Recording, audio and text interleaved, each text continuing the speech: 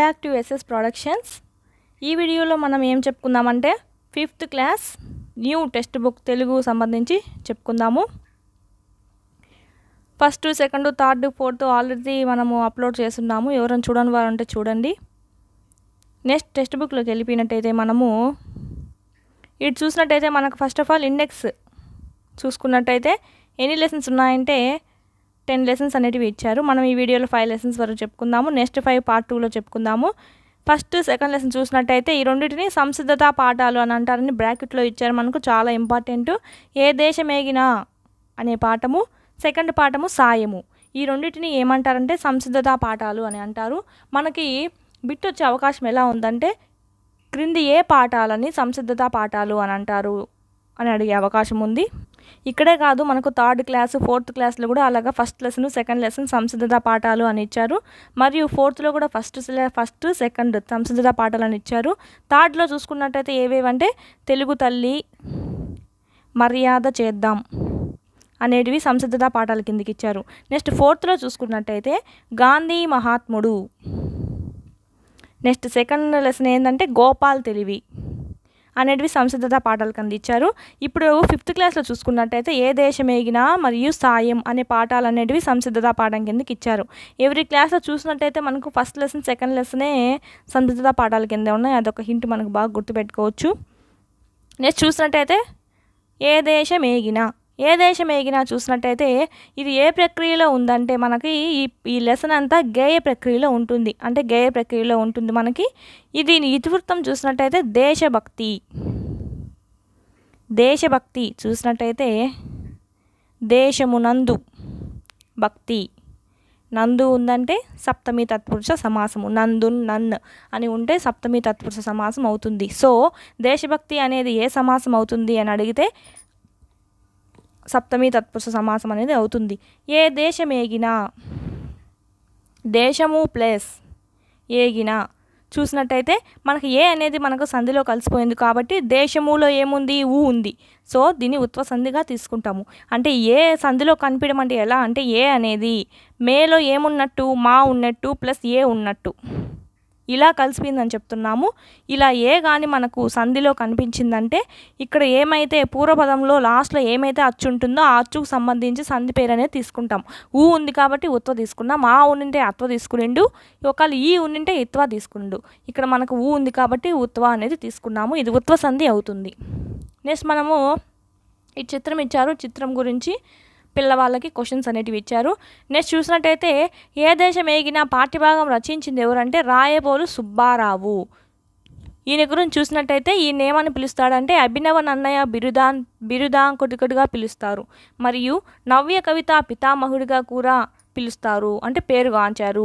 ఈయన రచనలు చూసినట్టయితే రచనలు అంటే కావ్య రచనలు, అంటే కావ్యాలుగా రాశాడు ఇవన్నీ. వాటిని చూసినట్టయితే తృణకంకణము, స్నేహలత, స్వప్న కుమారము, కష్టకమల, ఆంధ్రావళి, జడకుచ్చులు, వనమాల ఈ అనేటివి ఈయన రాసిన కావ్యాలు. నెక్స్ట్ ఆయన రాసిన లక్షణ గ్రంథాలు చూసుకున్నట్టయితే రమ్యాలోకము, మాధురి దర్శనము అనేటివి ఈయన రాసిన లక్షణ గ్రంథాలు. వీరి భాషా సేవను మన భారత ప్రభుత్వం గుర్తించి ఈయనకు ఏమిచ్చిందంటే పద్మభూషణ్ అనే బిరుదుతో సత్కరించింది. ఇక్కడ మనము ఇంపార్టెంట్ ఏంటివంటే రచనలు, ఏవి కావ్యాలు, ఏవి లక్షణ గ్రంథాల కిందకి వస్తాయి అనేది కూడా చాలా ఇంపార్టెంట్. చూసినట్టయితే కావ్య అంటే అమ్మాయి పేరు, స్నేహ అనేది కూడా, స్వప్న కుమారి అనేది కూడా అమ్మాయి పేరు, స్వప్న అనేది కూడా, కమల చూసినట్టయితే వల్లి అనేది కూడా అమ్మాయి పేరు అనేది ఉంది. వీళ్ళందరూ అమ్మాయిలు. సో జడ కుచ్చులు అనేటివి పెట్టుకున్నారు, వనమాలలు అనేటివి వేసుకున్నారు మెల్లలో అని గుర్తుపెట్టుకోండి. మీకు హింట్ కోసమే మాత్రం చెప్తున్నాను. నెక్స్ట్ చూసినట్లయితే మాధురి అనే అమ్మాయి లక్షణం అనేది చాలా మంచివి అని గుర్తుపెట్టుకోవచ్చు. ఇలా మనకు హింట్ అనేది ఇచ్చాం మనము. ఏ దేశమేగినా ఎందుకా లీడినా, ఏ పీఠం ఎక్కినా ఎవరేమనినా, పొగడరా నీ తల్లి భూమి భారతిని, నిలుపురా నీ జాతి నిండు గౌరవము అని చెప్తున్నారు. మనకు గేయం అంటే చాలా బాగా అర్థమయ్యేటట్టే ఉంది. మనం ఇక్కడ సందులు సమాసాలు చూసుకున్నట్టయితే అర్థం ఏదో బాగా ఈజీగానే అర్థమైపోతుంది. సందులు సమాసాలు చూసుకున్నట్టయితే ఏ దేశం ఏగినా సంధి చెప్పాం కదా, ఉత్వ సంధి.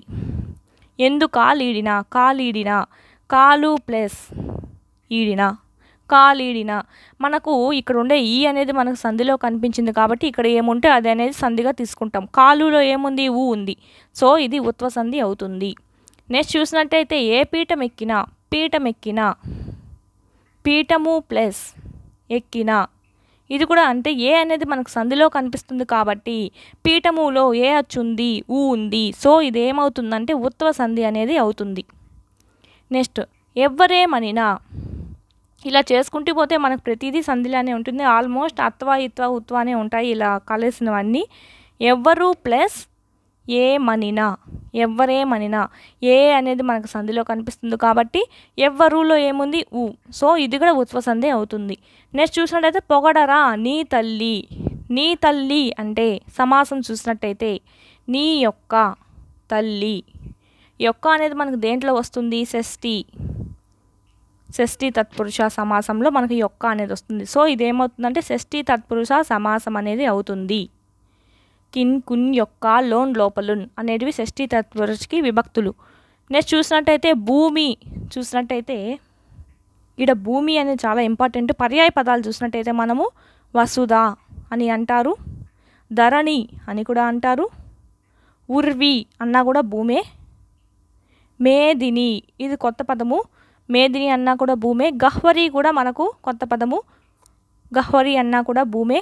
నెక్స్ట్ పుడమి, అవని ఇవన్నీ మనం విన్నాటివే. మేదిని, గహ్వరి, పుడమి, పుడమి కదా విన్నాము. మేదిని, ఉర్వి, గహ్వరి అనేటివి అంటే అర్థం ఏంటంటే భూమికి పర్యాయ పదాలు. ఇవన్నీ భూమి అనే అర్థం వస్తుంది.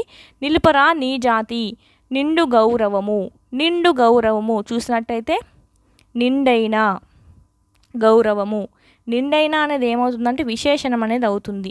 ఏ ప్లేస్లో ఉంది, పూర్వపద ప్లేస్లో ఉంది కాబట్టి విశేషణ పూర్వపద కర్మధారయ సమాసం అనేది అవుతుంది నిండు గౌరవము అనేది.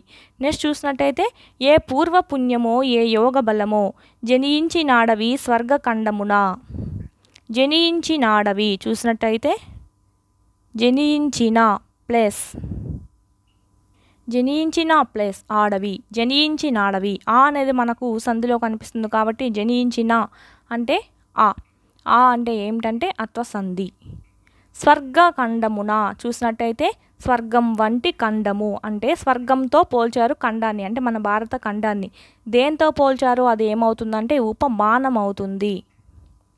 ఉపమానం ఏ ప్లేస్లో ఉంది, ఉత్తరపద ప్లేసా, పూర్వపద ప్లేసా, ఉత్తరపద ప్లేసా, పూర్వపద ప్లేస్లో ఉంది కాబట్టి ఉపమాన పూర్వపద కర్మధారయ సమాసం అనేది అవుతుంది స్వర్గఖండము అనేది.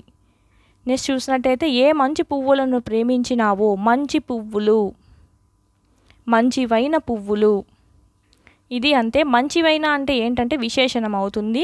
ఏ ప్లేస్లో ఉంది, పూర్వపద ప్లేస్లో ఉంది కాబట్టి విశేషణ పూర్వపద కర్మధారయ సమాసం అనేది అవుతుంది.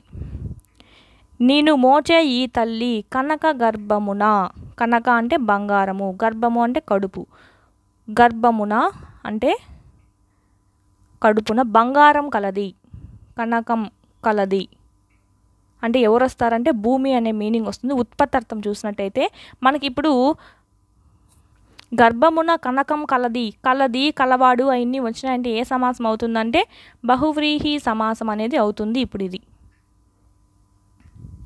నెక్స్ట్ చూసినట్టయితే లేదురా ఇటువంటి భూదేవి ఎందు, లేదురా మనువంటి పౌరులింకెందు, సూర్యుని వెలుతురల్ సోకునందాక ఓడల జెండాలు ఆడునందాక. ఇది చూసినట్టయితే ఎందు, ఎందు, ఎందాక, ఎందాక, అంత్యలో అంటే లాస్ట్లో అంటే చివరిలో ఏముంది, ప్రాస అనేది ఉంది. సో ఇదేమవుతుందంటే అంత్యాను ప్రాసాలంకారము అనేది అవుతుంది. ఇది లైన్స్, ఈ 4 లైన్స్. నెక్స్ట్ చూసినట్టయితే ఇది సూర్యుడు, సూర్యుడుని చూసినట్టయితే సూర్యుడికి పర్యాయ పదాలు చూసినట్టయితే రవి అని అంటారు, మరియు అహిమకరుడు అని కూడా అంటారు, బాణుడు, ఇనుడు, ఆర్యముడు, దినకరుడు అంటే దినాన్ని కలుగజేయువాడు, దినకరుడు. దినకరుడికి ఉత్పత్తార్థం దినాన్ని కలుగజేయువాడు ఎవరంటే సూర్యుడు. ఇవన్నీ సూర్యుడికి పర్యాయ పదాలు అనేటివి అవుతాయి, చాలా ఇంపార్టెంట్ మనకి. అందాక గల ఈ అనంత భూతల్లిని, మన భూమి వంటి చల్లని తల్లి లేదు, చల్లని తల్లి చూసినట్టయితే చల్లనైన తల్లి, చల్లనైన అనేది ఏమవుతుంది, విశేషణం అనేది అవుతుంది. విశేషణం ఏ ప్లేస్లో ఉంది, పూర్వపద ప్లేస్లో ఉంది కాబట్టి విశేషణ పూర్వపద కర్మధారయ సమాసం అనేది అవుతుంది ఈ చల్లని తల్లి అనే పదం. పాడరా నీ తెనుగు అంటే తెలుగు. బాలగీతములు చూసినట్టయితే బాలల యొక్క గీతములు, బాలగీతములు. యొక్క వచ్చిందంటే మనకి ఏమని అర్థం అంటే షష్ఠి. కిన్ కున్ యొక్క లోన్ లోపలున్ అనేది షష్ఠిలో కనిపిస్తుంది కాబట్టి. పాడరా నీ వీరా భావ భారతము. భావ అంటే భవిష్యత్తు, భవిష్యత్తు భారతాన్ని నువ్వు పాడరా అని చెప్తున్నారు ఇటుగా. నెక్స్ట్ చూసినట్టయితే దీనిలో అర్థాలు చూసినట్టయితే మనము పీఠము, గద్దె, సింహాసనము అని అంటారు. యోగము అంటే అదృష్టము. స్వర్గఖండము అంటే స్వర్గం లాంటి ఈ భారతదేశము. జనించడము అంటే పుట్టడము. తెనుగు అంటే తెలుగు. కాలీడు అంటే అడుగుపెట్టు. భారతి అంటే మన భారతదేశము. గర్భము అంటే కడుపు. సోకు అంటే తగులు అని అర్థము. అనంతం అంటే అంతము లేనిది, అనంతము అని అంటారు. ఇక్కడ మనం చూసినట్టయితే పెద్దగా ఇంపార్టెంట్ ఏం లేవు. ఇప్పుడు మనకి 4th క్లాస్ వరకు మనకు ఓన్లీ ఎక్సర్సైజెస్ ఇచ్చినట్టయితే ఇక్కడ చూసినట్టయితే ఒక ఎక్సర్సైజ్ అనేది జాయిన్ అయింది. ధారణ చేద్దాం అనేది మనకు 5th క్లాస్ నుంచే కనబడుతుంది. ధారణ చేద్దాం, ఎవ్రీ లెసన్కి ఇది ఉంది ధారణ చేద్దాం అనేది. ధారణ చేద్దాం అని ఇచ్చి ఏం చేస్తారంటే ఒక పోయం ఇస్తారు, దాని భావము అది రాసింది ఎవరో ఇచ్చింటారు. ప్రతి లెసన్కి ఒక్కొక్క పోయం అనేది ఇచ్చారు. ఇక్కడ చూసినట్టయితే ఆంధ్ర భాష అమృతము, మాంద్రాక్షరంబులు. ఆంధ్ర భాష అనేది అమృతం వంటిది అని చెప్తున్నారు. ఆంధ్రాక్షరంబులు అంటే ఆంధ్ర అక్షరాలు. మురువులొలుకు అంటే అందంగా, అందమైన. గుండ్ర ముత్యములు అంటే గుండ్రమైన ముత్యాల్లాగా ఉంటాయి అని చెప్తున్నారు ఇక్కడ. ఆంధ్రదేశ మాయురారోగ్య వర్ధకము. ఆంధ్రదేశం అనేది ఆరోగ్య అంటే ఆయుష్ మరియు ఆరోగ్యము వృద్ధి చెందుతుంది అని చెప్తున్నారు. అంటే వృద్ధి చేస్తుంది. మన ఆంధ్రదేశం అనేది మన ఆయుష్ని మన ఆరోగ్యాన్ని వృద్ధి చేస్తుంది అని చెప్తున్నారు. ఆంధ్రజాతి నీతిని అనుసరించు. ఆంధ్రజాతి అనేది నీతి అంటే ధర్మాన్ని లేక నిజాయితీని అనుసరిస్తుంది అని చెప్తున్నారు ఈ పద్యంలో. ఈ పద్యం రాసింది ఎవరంటే వేటూరి ప్రభాకర శాస్త్రి. వేటూరి ప్రభాకర శాస్త్రి ఈ ఆంధ్ర భాష అమృతం అనే పద్యని రచించాడు. ఇది చూసుకున్నట్టయితే ఆంధ్ర భాష అమృతము అంటే ఆంధ్ర భాష అనేది అమృతం వంటిది అని చెప్తున్నారు. ఈడ దేంతో పోల్చాడు, ఆంధ్ర భాషని అమృతంతో పోల్చారు. ఇక్కడ అమృతం అనేది ఏమవుతుందంటే ఉపమానం అవుతుంది. ఇక్కడ ఉపమానం పూర్వపద ప్లేస్లో ఉందా, ఉత్తరపద ప్లేస్లో ఉందా? ఉత్తరపద ప్లేస్లో ఉంది కాబట్టి ఇది సమాసం చూసినట్టే ఉపమాన ఉత్తరపద కర్మధారయ సమాసం అనేది అవుతుంది ఇది. నెక్స్ట్ చూసినట్టయితే ఆంధ్రాక్షరంబులు, ఆంధ్ర ప్లస్ అక్షరంబులు. ఇక్కడ ఆ ఉంది చూసినట్టయితే మనకు ఏకాదేశం అయింది. ఏంటంటే దీర్ఘం అనేది ఏకాదేశం అయింది. ఇది ఏమవుతుందంటే సవర్ణ దీర్ఘ సంధి అవుతుంది. నెక్స్ట్ చూసినట్టయితే ముత్యముకి వికృతి పదం ఏంటంటే ముత్యము, ముత్తిము వికృతి పదం అవుతుంది ఇది. నెక్స్ట్ చూసినట్టయితే ఆరోగ్య ఆయుహ్ ప్లస్ ఆరోగ్య విసర్గతో విడగొట్టాం కాబట్టి ఇది ఏమవుతుందంటే విసర్గ సంధి అనేది అవుతుంది. ఇలాగే దీనికి సమాసం చూసుకున్నట్టయితే ఆరోగ్య ఆయుష్ మరియు ఆరోగ్యము అని వస్తుంది. ఇక్కడ రెండు ఇవి నామవాచకాలు అవుతాయి. ఆరోగ్యం అనేది నామవాచకమే, ఆయుష్ అనేది నామవాచకమే. ఇలా రెండు నామవాచకాలు రావడాన్ని ఏమంటారంటే ద్వంద్వ సమాసం అవుతుంది. మనం ఇక్కడ సంధి చెప్పుకున్నాం, సమాసం చెప్పుకున్నాము, ఇక్కడ అలంకారం కూడా చెప్పుకున్నాము. ఇక్కడ చూసినట్టయితే ఆంధ్ర భాష అమృతం వంటిది. ఆంధ్ర భాష అనేది ఏంటి, ఉపమేయము. అమృతం అనేది ఏమిటంటే ఉపమానము. వంటిది అనేది ఏమిటంటే మనం పోల్చాం కాబట్టి, ఉపమేయాన్ని ఉపమానాన్ని పోల్చాం కాబట్టి ఉపమా వాచకం అంటారు దీన్ని. ఇలా పోల్చడానికి వాడే పదాలని ఉపమా వాచకం అంటాము. మరియు ఇంకొకటి మిస్ అయింది ఇక్కడ. ఏం మిస్ అయిందంటే సమాన ధర్మం అనేది తెలవలేదు ఇక్కడ. ఆంధ్ర భాష అమృతం లాగా చల్లగా ఉంది అని చెప్పింటే దాంట్లో చల్లగా అనేది ఏమైండు, చల్లగా అనకూడదు, తీయగా అని పెట్టుకుందాము. తీయగా ఉండు అంటే ఏమైండప్పుడు ఇది ఏమైందంటే సమాన ధర్మం అయిండు. కానీ ఇక్కడ మనకు సమాన ధర్మం అనేది ఇవ్వలేదు. ఓన్లీ ఉపమేయం ఇచ్చారు, ఉపమానం ఇచ్చారు, ఉపమా వాచకం అనేది ఇచ్చారు. నాలుగోదేమో మిస్ అయింది.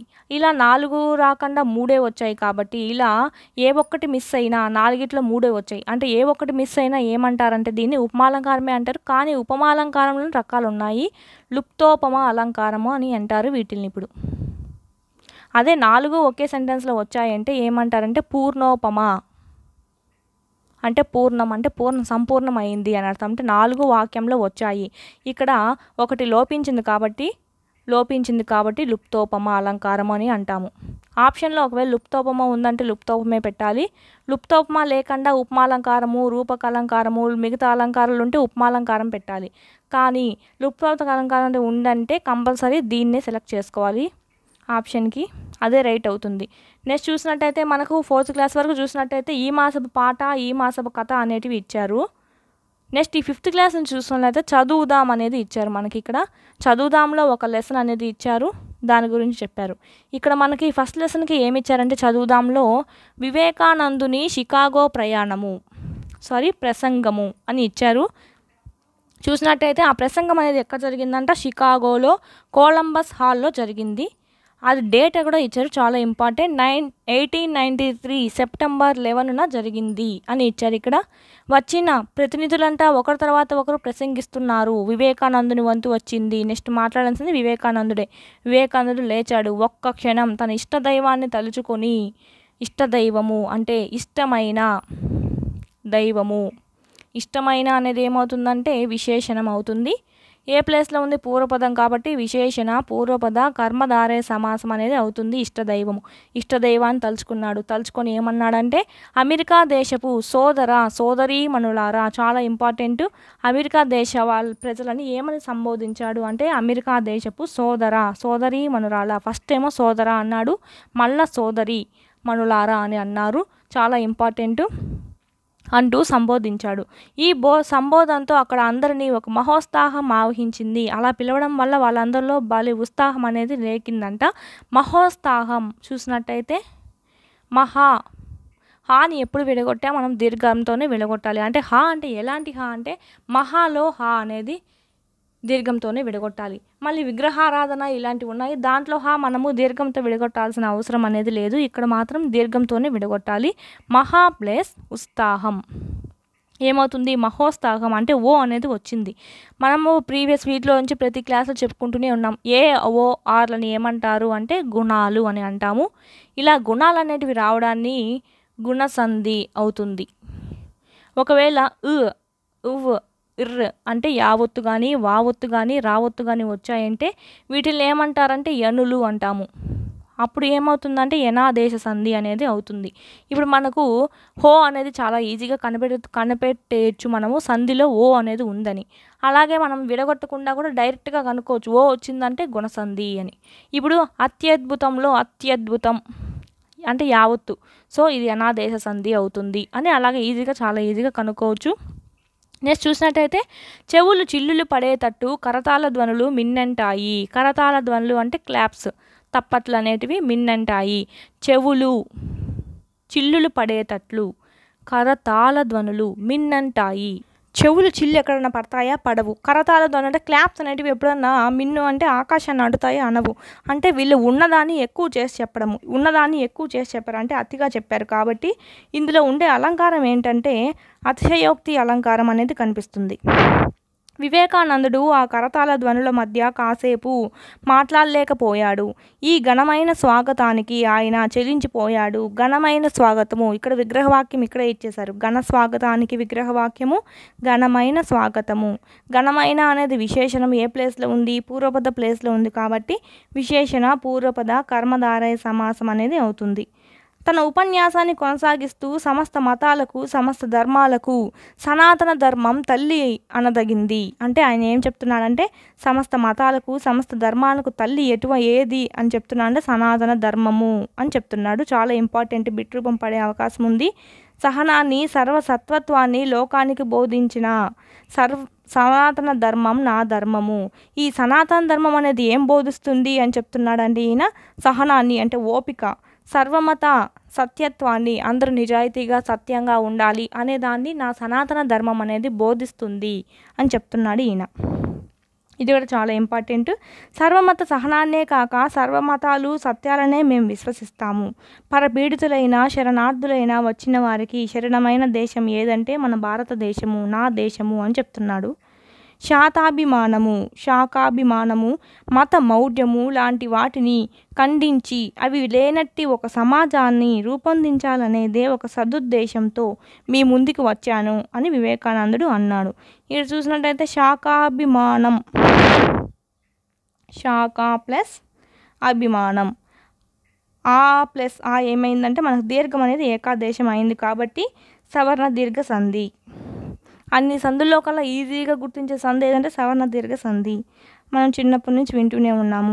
సదుద్దేశం చూసినట్టయితే సత్ ప్లస్ ఉద్దేశం ఏమవుతుందంటే సదుద్దేశం.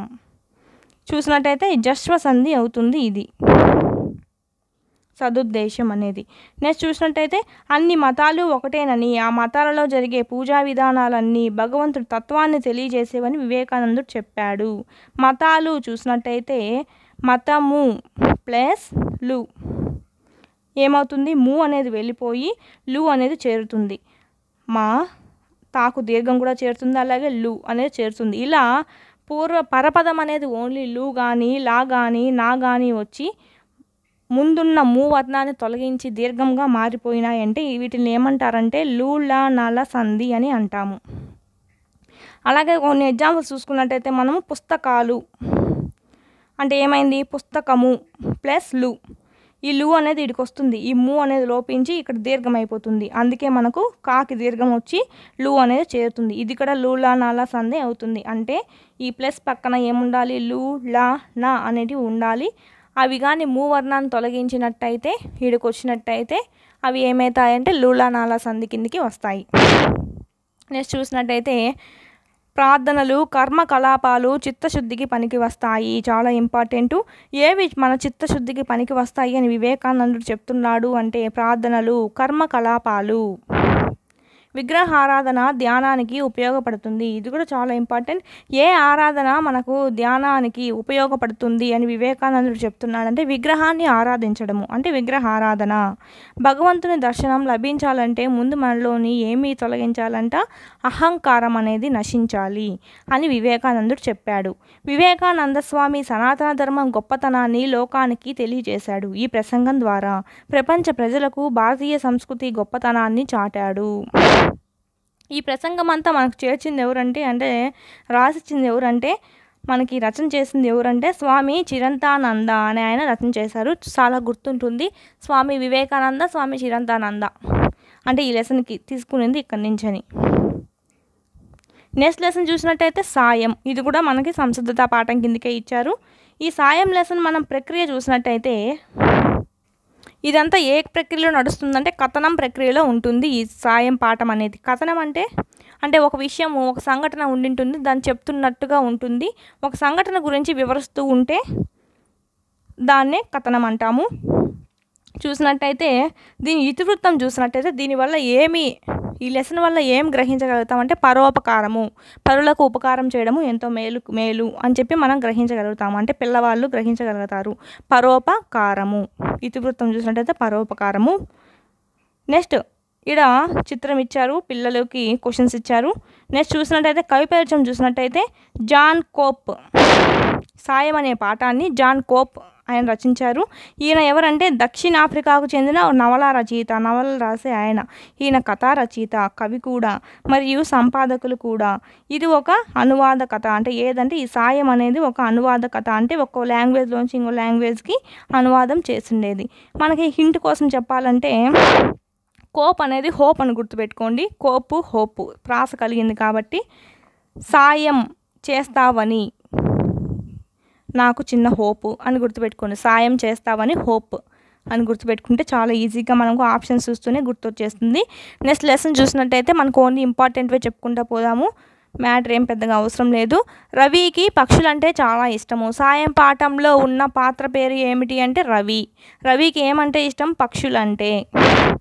పక్షులు ప్లస్ అంటే పక్షులంటే ఆ అనేది మనకు సంధిలో కలిసింది కాబట్టి పక్షులలో ఏముంది ఊ, సో ఇది ఉత్వ సంధి అవుతుంది. వాటి మధురమైన కిలకిల రాగాలు వినడం మరీ ఇష్టము. ఎవరికి? రవికి. రవి నిద్ర లేవగానే కిటికీ దగ్గరికి వచ్చి నిలబడతాడు. అక్కడ ఉన్న పక్షులన్నీ చూస్తూ వాటి ధ్వనులు వింటూ తన దినచర్యను మొదలు పెడతాడు. దినచర్య అంటే దినము, నందలి చర్య.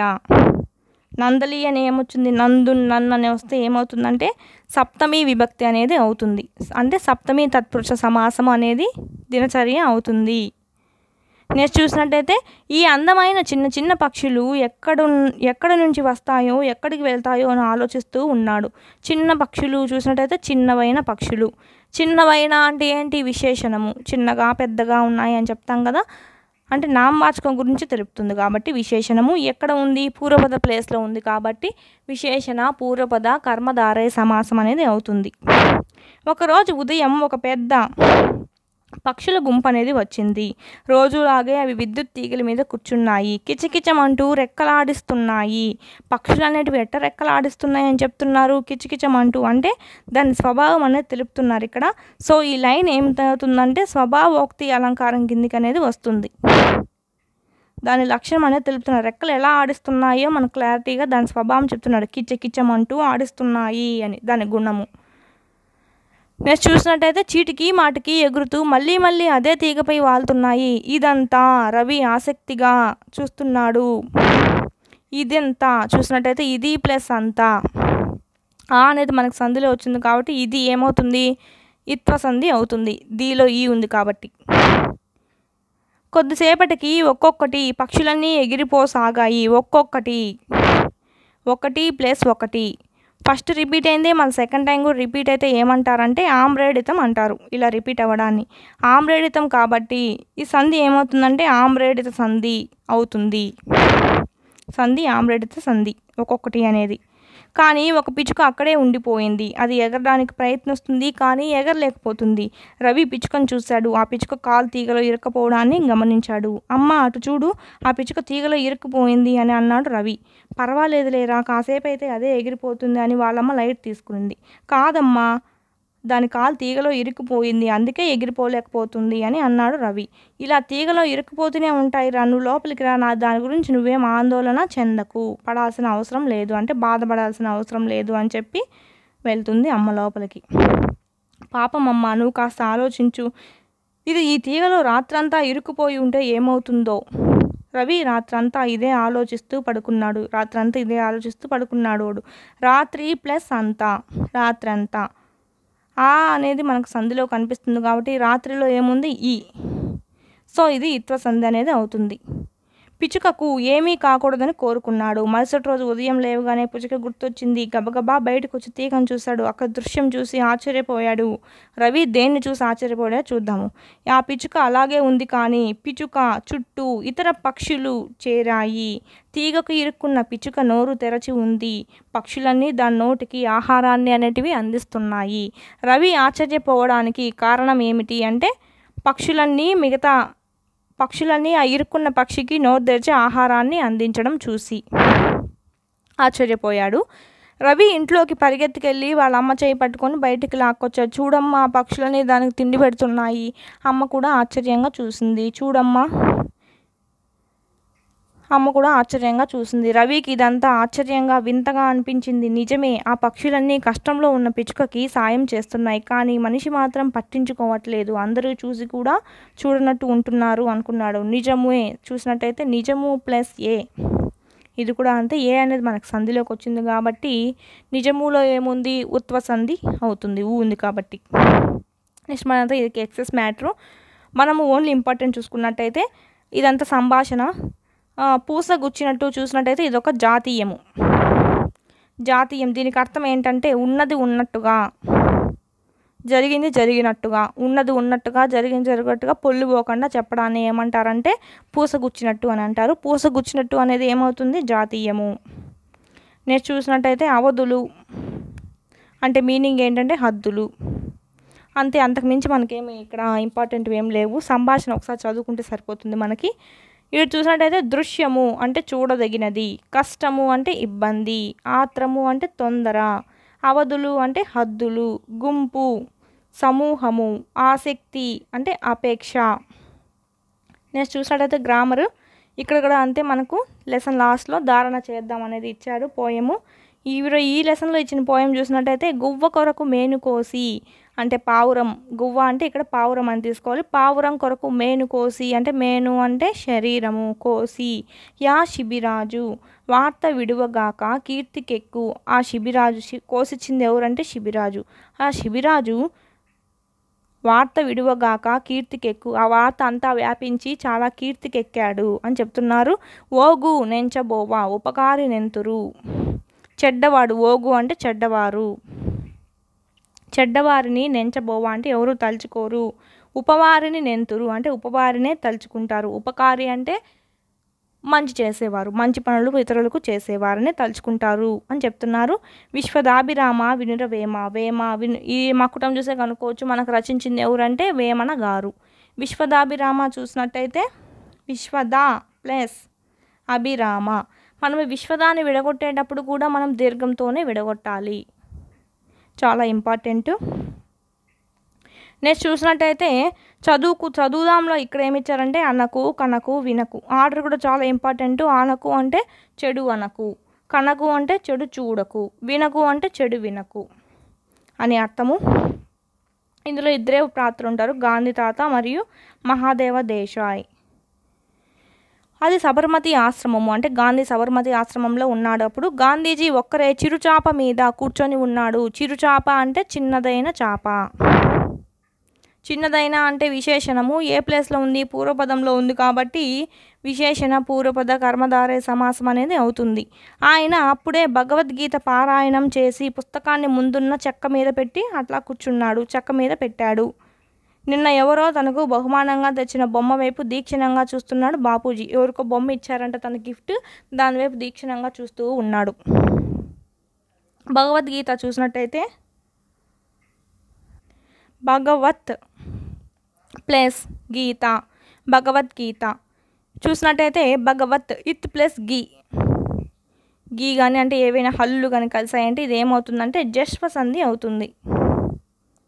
మనం చెప్పుకున్నాం కదా చుత్వ సంధి ఎందుకు కాదంటే మనకు ఇస్సు ఇత్తుకి ఏమేమి కలవాలి, ఓన్లీ చా కానీ షా కానీ జా కానీ కలవాలి. ఇలా ఇవి కలిసినప్పుడు మాత్రమే చుత్వ తీసుకుంటాము, మిగతావి ఏవి కలిసినా అది జశ్వ సంధి కిందికే వస్తుంది. సో ఇప్పుడు ఇది ఏమవుతుందంటే జశ్వ సంధి అవుతుంది. మహాదేవ్ దేశాయ్ అనేవాడు అప్పుడు లోపలికి వచ్చారు, వాళ్ళ ఫ్రెండ్. తదేకంగా ప్రతిమ వైపు చూస్తున్న బాపూజీని చూశారు. తదేకంగా అంటే అట్లుగా ఆసక్తిగా, ఈయన కూడా తాందిక్కే చూశాడని. తదేకము తత్ ప్లస్ ఏకము, ఇది కూడా అంతే, ఇత్తుకి షా జా చా కాకుండా వేరేది పరమైంది కాబట్టి ఇది కూడా ఏమవుతుందంటే జశ్వసంధి అవుతుంది. నెక్స్ట్ చూసినట్టయితే ఏకాగ్రతతో ఉన్న గాంధీజీని వెనక నుంచి ఎవరో నవ్వుతున్నట్లు అనిపించింది. బాపూజీ వెనక్కి తిరిగి చూశాడు. మహాదేవ దేశాయ్ నిలబడి నవ్వుతూ కనిపించాడు. మహాదేవ్ బాయ్ రా కూర్చో, ఎందుకు నవ్వుతున్నావు అన్నాడు గాంధీజీ. మిమ్మల్ని మీరు మరచి ఆ పెట్టె మీద బొమ్మనే చూస్తుంటే నాకు నవ్వు వచ్చింది బాపూజీ అని దేశాయ్ మళ్ళీ పక్కపక్క నవ్వడం మొదలుపెట్టాడు. గాంధీ దేశాయ్ భుజం మీద చెయ్యి వేసి తట్టుతూ అసలు ఈ బొమ్మలు చూసావా ఎంత గొప్పగా ఉన్నదో అని అన్నాడు. చాలా ఇంపార్టెంట్, అసలు ఈ బొమ్మలు చూసావా ఎంత గొప్పగా ఉన్నదో అని అనింది ఎవరంటే మన గాంధీజీ. అవును, 3 కోతులు చాలా అందంగా ఉన్నాయి అన్నాడు దేశాయ్. కోతులు కాదు అవి నా గురువులు అని అనింది ఎవరంటే గాంధీజీ. చాలా ఇంపార్టెంట్ ఇది కూడా, కోతులు కాదు నా గురువులు అనింది ఎవరంటే గాంధీజీ. ఆ కోతులు బొమ్మలు మహాదేవ్ దేశాయ్కి చూపిస్తూ ఏమన్నాడంటే ఇదిగో చూడు, ఈ బొమ్మ 3 కోతులు కనిపిస్తున్నాయి కదా, ఈ 3 పనులు చేస్తున్నాయి, మనకు 3 విధాలైన ఉపదేశాలు అనేటివి ఇస్తున్నాయి. అవి ఏంటివంటే మొదటి బొమ్మ చూడు, 2 చేతులతో నోరు మూసుకుంది అంటే చెడు మాట్లాడవద్దు అని. రెండో బొమ్మ కళ్ళు మూసుకుంది అంటే చెడు చూడకు అని. మళ్ళా 3వ బొమ్మ గురించి చెప్తూ ఉన్నప్పటికీ మన దేశాయ్ గారు ఏమంటారంటే 3వ బొమ్మ వైపు చూసి ఏం చేస్తుందో చెప్పు అన్నాడు మళ్ళీ గాంధీజీ. ఈసారి 3వ బొమ్మ గురించి ఎవరు చెప్తారంటే అది తన 2 చేతులతో గట్టిగా 2 చెవులు మూసుకుంది అని అన్నాడు దేశాయ్. చాలా ఇంపార్టెంట్. 3వ బొమ్మ గురించి సంబోధించింది ఎవరంటే మన దేశాయ్. దాని అర్థం ఏమిటంటే చెడు మాటల్ని వినవద్దు అని, అది మనల్ని హెచ్చరిస్తుంది. మొత్తం మీద ఈ 3 కోతలు చెడు అనకు, చెడు కనకు, చెడు వినకు అని మానవులకు హితోపదేశం చేస్తున్నాయని నా ఉద్దేశం, ఏమంటావు అని అన్నాడు ఎవరు గాంధీజీ. ఇది చూసినట్టయితే దాని అర్థము దాని ప్లస్ అర్థము. ఆ అనేది మనకు సంధిలో ఉంది కాబట్టి నాలో ఆ ఉంది కదా, దాని అంటే ఈ ఇత్వ సంధి అవుతుంది. నెక్స్ట్ చూసినట్టయితే హితోపదేశం చూసినట్టయితే హిత ప్లస్ ఉపదేశము. హిత ప్లస్ ఉపదేశం ఏమవుతుంది? హితోపదేశం. ఓ వచ్చింది ఇక్కడ, ఓ చూస్తూనే కనుక్కోవచ్చు మనం, ఇది గుణసంధి. అలాగే మనము సమాసం కూడా చూసినట్టయితే హితులకు ఉపదేశము. కు కిన్ కున్ యొక్క లోన్ లోపలున్ అంటే ఏంటి? షష్ఠి తత్పురుష సమాసం అనేది అవుతుంది. నెక్స్ట్ చూసినట్టయితే దేశాయ్ ఏమన్నాడు? ఇది కూడా చాలా ఇంపార్టెంట్. దేశాయ్ బాపూజీని ఏమని అన్నాడంటే, అంటే ఈ లైన్ ఇచ్చి ఈ మాటలు ఎవరివి అని అడిగే అవకాశం ఉంది. బాపూజీ మీరు మట్టిలో నుంచి మాణిక్యాలని వెలికి తీయగలరు, అందుకనే మీరు మహాత్ములు. మీ భావాన్ని అందుకోలేక నవ్వినందుకు నన్ను క్షమించండి, మన్నించండి అంటే క్షమించండి అని బాపూజీ పాదాలను స్పృశించాడు మహాదేవ్జీ, అంటే తాకాడు, స్పర్శించాడు అని. మహాత్ములు చూసినట్టయితే మహా ప్లస్ ఆత్ములు. ఇక్కడ అంటే హా అనేది మనం దీర్ఘంతోనే విడగొట్టాలి. ఆ ప్లస్ ఆ అదొక రూల్. మహా అనే పదానికే చాలా మంచి రూల్ అది. హా అనే దాన్ని దీర్ఘంతోనే విడగొట్టాలి. ఎక్కడ విడగొట్టినా ఓన్లీ హాతో అనేది విడగొట్టనే కూడదు. హా అని దీర్ఘంతోనే విడగొట్టాలి. మహాలో వచ్చే హాని మాత్రము. చూసినట్టయితే ఇది హా ప్లస్ ఆ ఏమైంది? దీర్ఘం ఏకాదేశం అయింది. సో ఏమవుతుందంటే ఇది సవర్ణ దీర్ఘ సంధి అవుతుంది. అలాగే మనం ఇట్లా సమాసం కూడా చూసుకున్నట్టయితే మహాత్ములు అంటే మహా అంటే గొప్ప, ఆత్ములు అంటే ఆత్మ కలవారు. ఇలా కలదు కలవాడు అని వస్తే ఏమని చెప్పాము మేము? బహువ్రీకి సమాసము అవుతుంది మహాత్ములు అనేది. చూసినట్టయితే ఈ అనకు వినకు కనకు లెసన్ రచించింది ఎవరంటే జంధ్యాల పాపయ్య శాస్త్రి. చాలా ఇంపార్టెంట్ జంధ్యాల పాపయ్య శాస్త్రి. ప్రతి లెసన్కి మనము రచనలు అనేది చాలా ఇంపార్టెంట్గా గుర్తుపెట్టుకోవాలి. జంధ్యాల పాపయ్య శాస్త్రి కరుణశ్రీగా చాలా ప్రసిద్ధి చెందారు. ఈయన రాసిన రచనలు చూసినట్టయితే ఉదయశ్రీ, విజయశ్రీ, కరుణశ్రీ, అరుణ కిరణాలు అనేవి ఈయన ప్రసిద్ధ ఖండ కావ్యాలు. ఇవి ఓన్లీ రచనలు అంటే ఎలాంటి రచనలు అంటే ఖండ కావ్యాల రూపంలో ఉంటాయి అని చెప్తున్నారు ఇక్కడ. పిల్లల కోసం ఏ శతకం రాశారు? తెలుగు బాల. మనం హింట్ కూడా చెప్పాం ప్రీవియస్ వీడియోస్లో. బాలల పట్ల కరుణ అనేది ఉండాలి. పాపయ్య శాస్త్రిని కరుణశ్రీ అని కూడా అంటారు.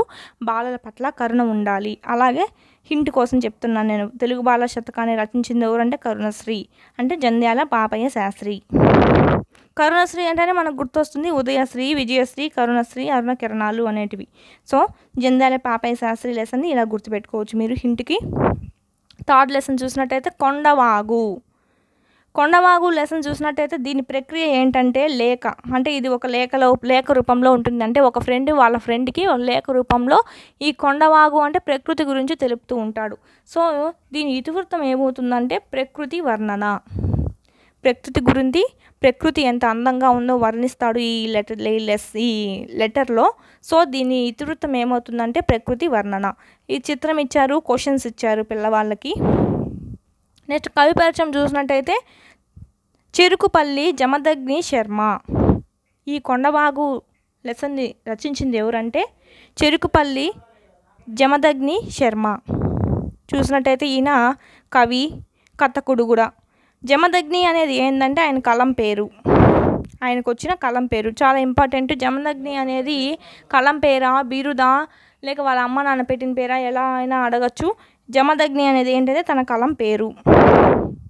ఈయన రచనలు చూసినట్టయితే మహోదయము, చిలుక గోరింక, అన్నాదమ్ములు, ధర్మదీక్ష అనేటివి ఈయన రచనలు. పిల్లల మనస్వత చిత్రణ ప్రధానంగా ఈయన కథలు అనేవాడు రాస్తాడు. ఈడ మీకు హింట్ కోసం చూసినట్టయితే చెరుకులు ఎక్కువ ఎక్కడ లేస్తాయంటే కొండల్లో లేస్తాయి అని గుర్తుపెట్టుకోండి. హింట్ కోసం చెప్తున్నాను. కొండల్లో ఎక్కువ ఏం లేస్తాయంటే చెరుకులు లేస్తాయి. కొండవాగు లెసన్కి చెరుకుపల్లి జమదగ్ని శర్మ అనే ఆయన రచయిత. నెక్స్ట్ చూసినట్టయితే అన్నాదమ్ములు అనేవాళ్ళు చిలక గోరింకల్లా కలిసి ఉండాలి అని గుర్తుపెట్టుకోవచ్చు. అప్పుడే మన ధర్మం అనేది నిలుస్తుంది. లేదా అడవిలో కొండల్లో అని గుర్తుపెట్టుకున్నాం కదా, కొండల్లోనే ఫస్ట్ ఉదయం అనేది ఉదయిస్తుంది, అలా అయినా గుర్తుపెట్టుకోవచ్చు మనము. నెక్స్ట్ చూసినట్టయితే మనం లెసన్లోకి వెళ్ళిపోయినట్టయితే లేఖ రూపంలో ఉంటుంది. ఎవరు రాస్తున్నారంటే ప్రియమైన వెంకట్. అంటే రాసేవాడు వాళ్ళ ఫ్రెండ్ని పిలుస్తున్నాడు ప్రియమైన వెంకట్. అంటే ఇక్కడ ఎవరికి రాస్తున్నట్టు? వెంకట్కి రాస్తున్నట్టు. ఎవరు రాస్తున్నారంటే జావేద్ అనే ఆయన జావేద్ అనే పిల్లవాడు రాస్తున్నాడు. ఈ జావేద్ పేరు మళ్ళీ లాస్ట్లో కనిపిస్తుంది మనకి. ఇప్పుడు ప్రస్తుతానికి బిట్ అడిగే అవకాశం ఎట్లా ఉందంటే కొండవాగు లెసన్లో ఎవరికి లేఖ రాశారు అంటే జావేద్ వెంకట్కి లేఖ రాశాడు అని చెప్పాలి, చాలా ఇంపార్టెంట్. ఇది చూసినట్టయితే నేను క్షేమంగా ఉన్నాను, నువ్వు మన స్నేహితులు అంటే వీళ్ళ స్నేహితులు ఎవరంట, వీళ్ళ స్నేహితులు రహీము డేవిడు ఎలా ఉన్నారు, నేను మొన్న దసరా సెలవులకు రామం వాళ్ళ ఊరు వెళ్ళాను. ఎవరు? జావేద్ అనేవాడు, జావేద్ అనే పిల్లవాడు రామం వాళ్ళ ఊరికి వెళ్ళాడంట దసరా సెలవులకి. వాళ్ళ ఊరు నాకు భలే నచ్చింది, ఆ ఊరి విశేషాలు నీతో చెప్పకుండా ఉండలేను. ఈ లెసన్ అంతా చాలా ఇంపార్టెంట్. అలంకారాలు అనేటివి చాలా చాలా ఎక్కువ ఉన్నాయి, ప్రతి లైన్లోనూ అలంకారమే. నేను రామము సూర్యము, నేను అంటే ఎవరంటే ఇక్కడ జావేద్ రామము సూర్యము ఆ రోజు మధ్యాహ్నం ఊరి పరిసరాలు చూడడానికి వెళ్ళాము. మధ్యాహ్నం చూసినట్టయితే అహ్నం యొక్క మధ్య భాగము, అహ్నం యొక్క మధ్య భాగము అని అది సమాసం. ఏ సమాసం అవుతుందంటే ప్రథమ తత్పురుష సమాసము అవుతుంది. అంటే ఇక్కడ మధ్య అనే దాన్ని పట్టే మనకు ఇక్కడ సమాసం అనేది ఆధారపడి ఉంటుంది కాబట్టి, అంటే అహ్నం యొక్క మధ్య భాగము అంటే ఈ పూర్వపదం అనేది చాలా ఇంపార్టెంట్.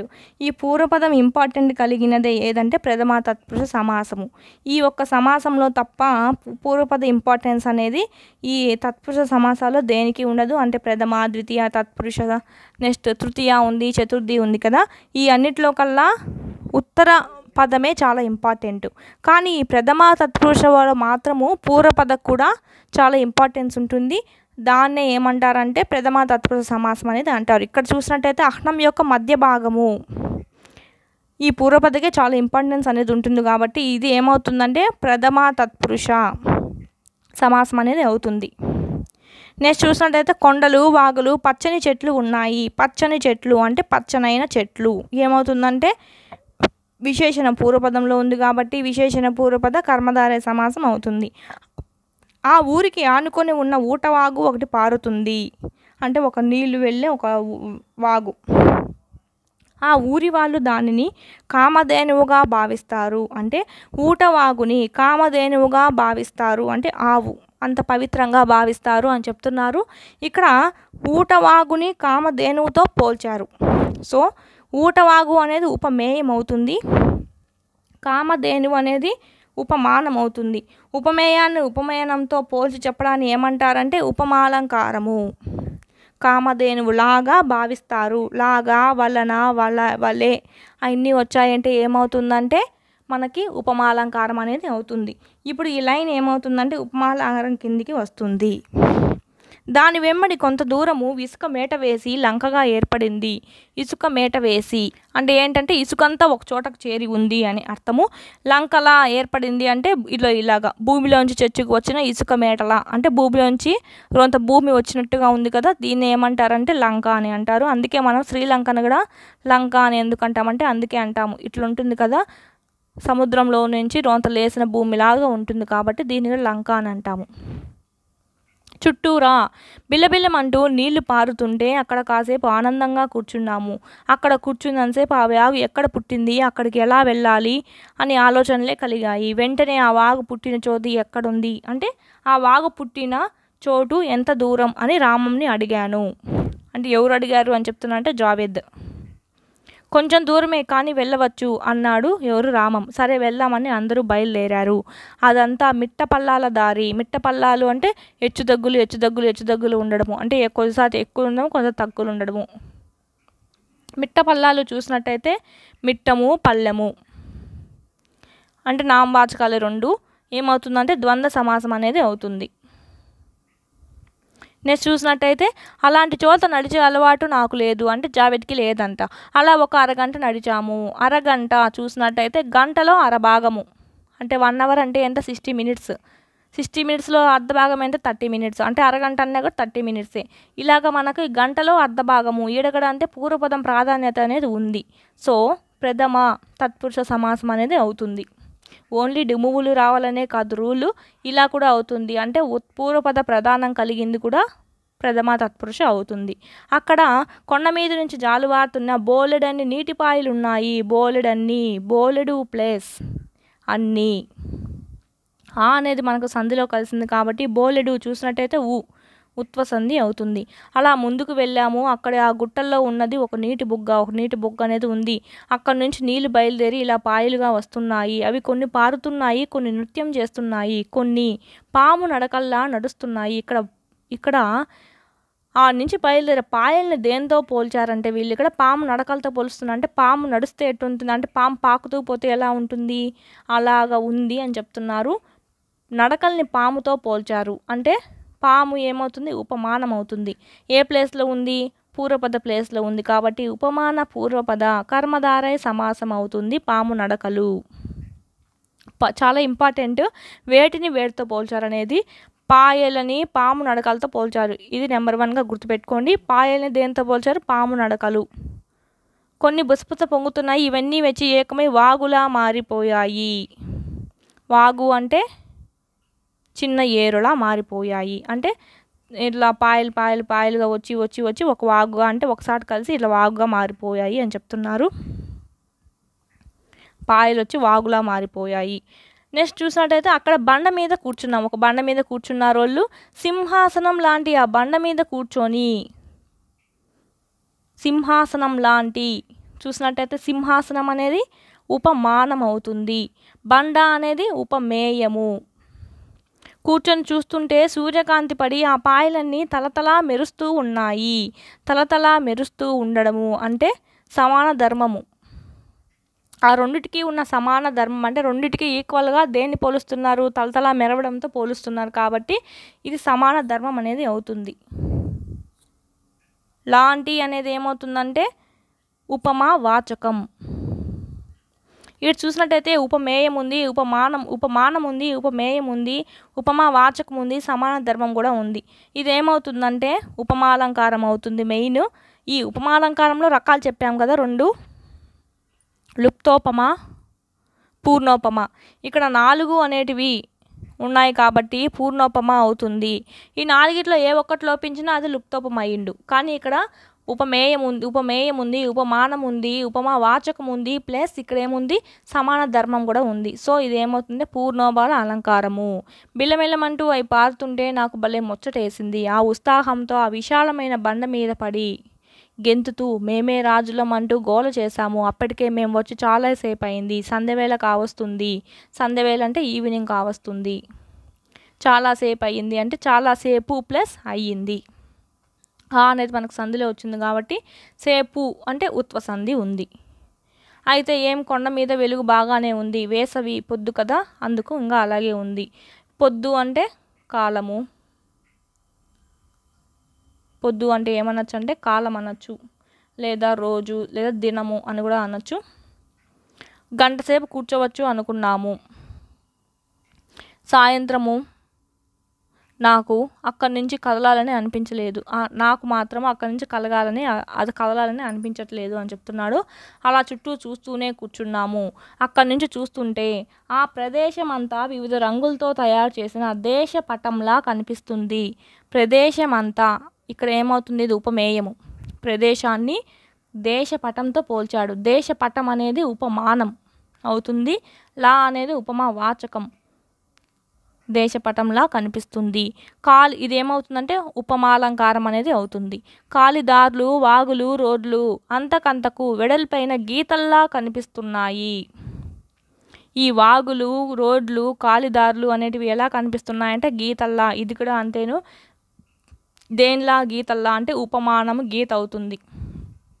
ఉపమేయం ఏమవుతుందంటే కాలిదారులు, వాగులు, రోడ్లు. ఇది కూడా ఉపమాలంకారమే. చూసినట్టయితే చాలా ఈజీగా గుర్తుపట్టచ్చు. చూడండి, లాగా, లా, వలే అనే కదా మనము హింట్లు పెట్టుకున్నాము. గీతల్లా, సో ఇది కూడా ఉపమాలంకారము. దేశపటంలా లేదా వలే వంటి అవి వచ్చినా కూడా మనకు ఉపమాలం కిందకే వస్తాయి. దూరాన ఉన్న ఇళ్ళన్నీ కొండ బొమ్మల్లా ఉన్నాయి. ఈడ కూడా లాగా అని వచ్చింది. ఇది కూడా ఉపమాలంకారమే అవుతుంది.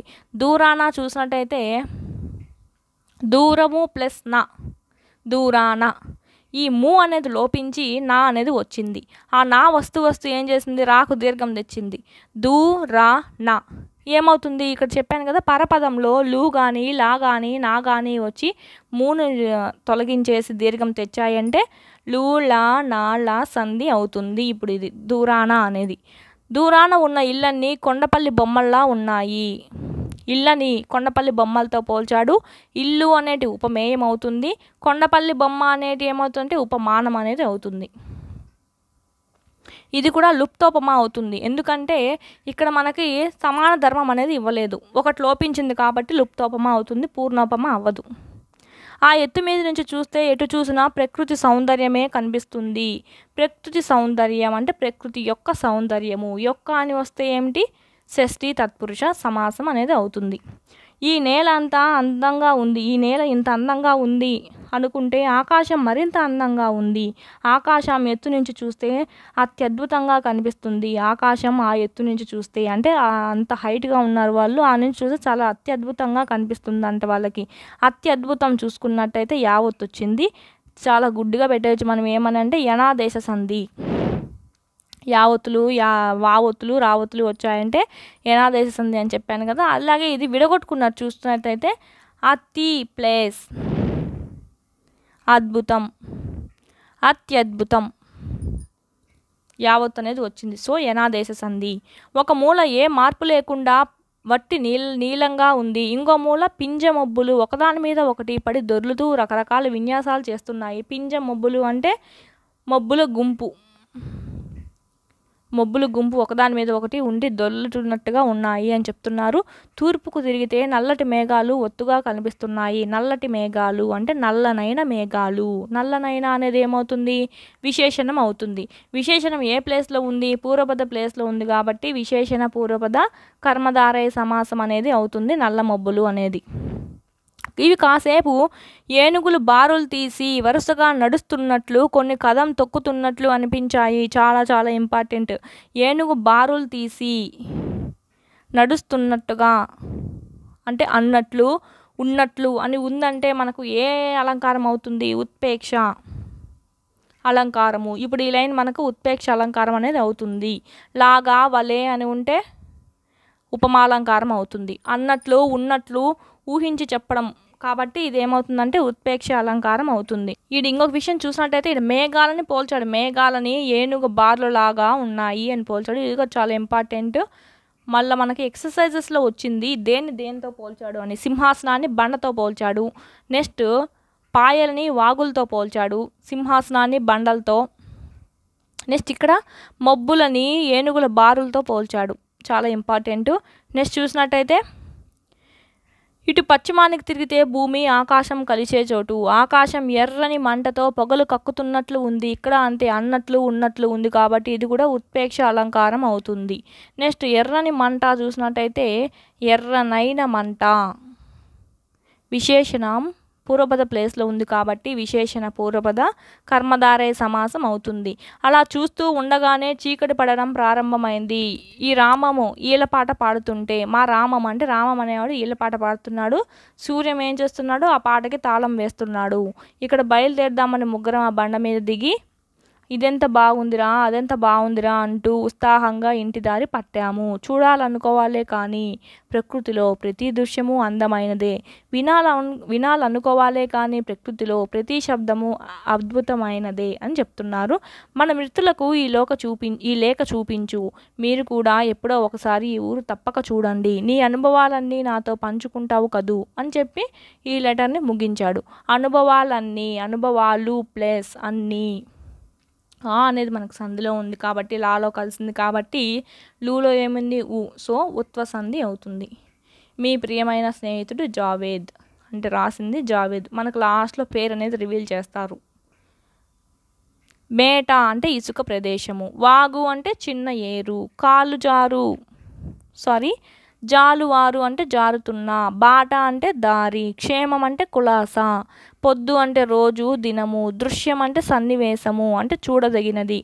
బారులు అంటే వరుసలు. లంక అంటే నదిలో పైకి లేచి ఉన్న భూభాగము.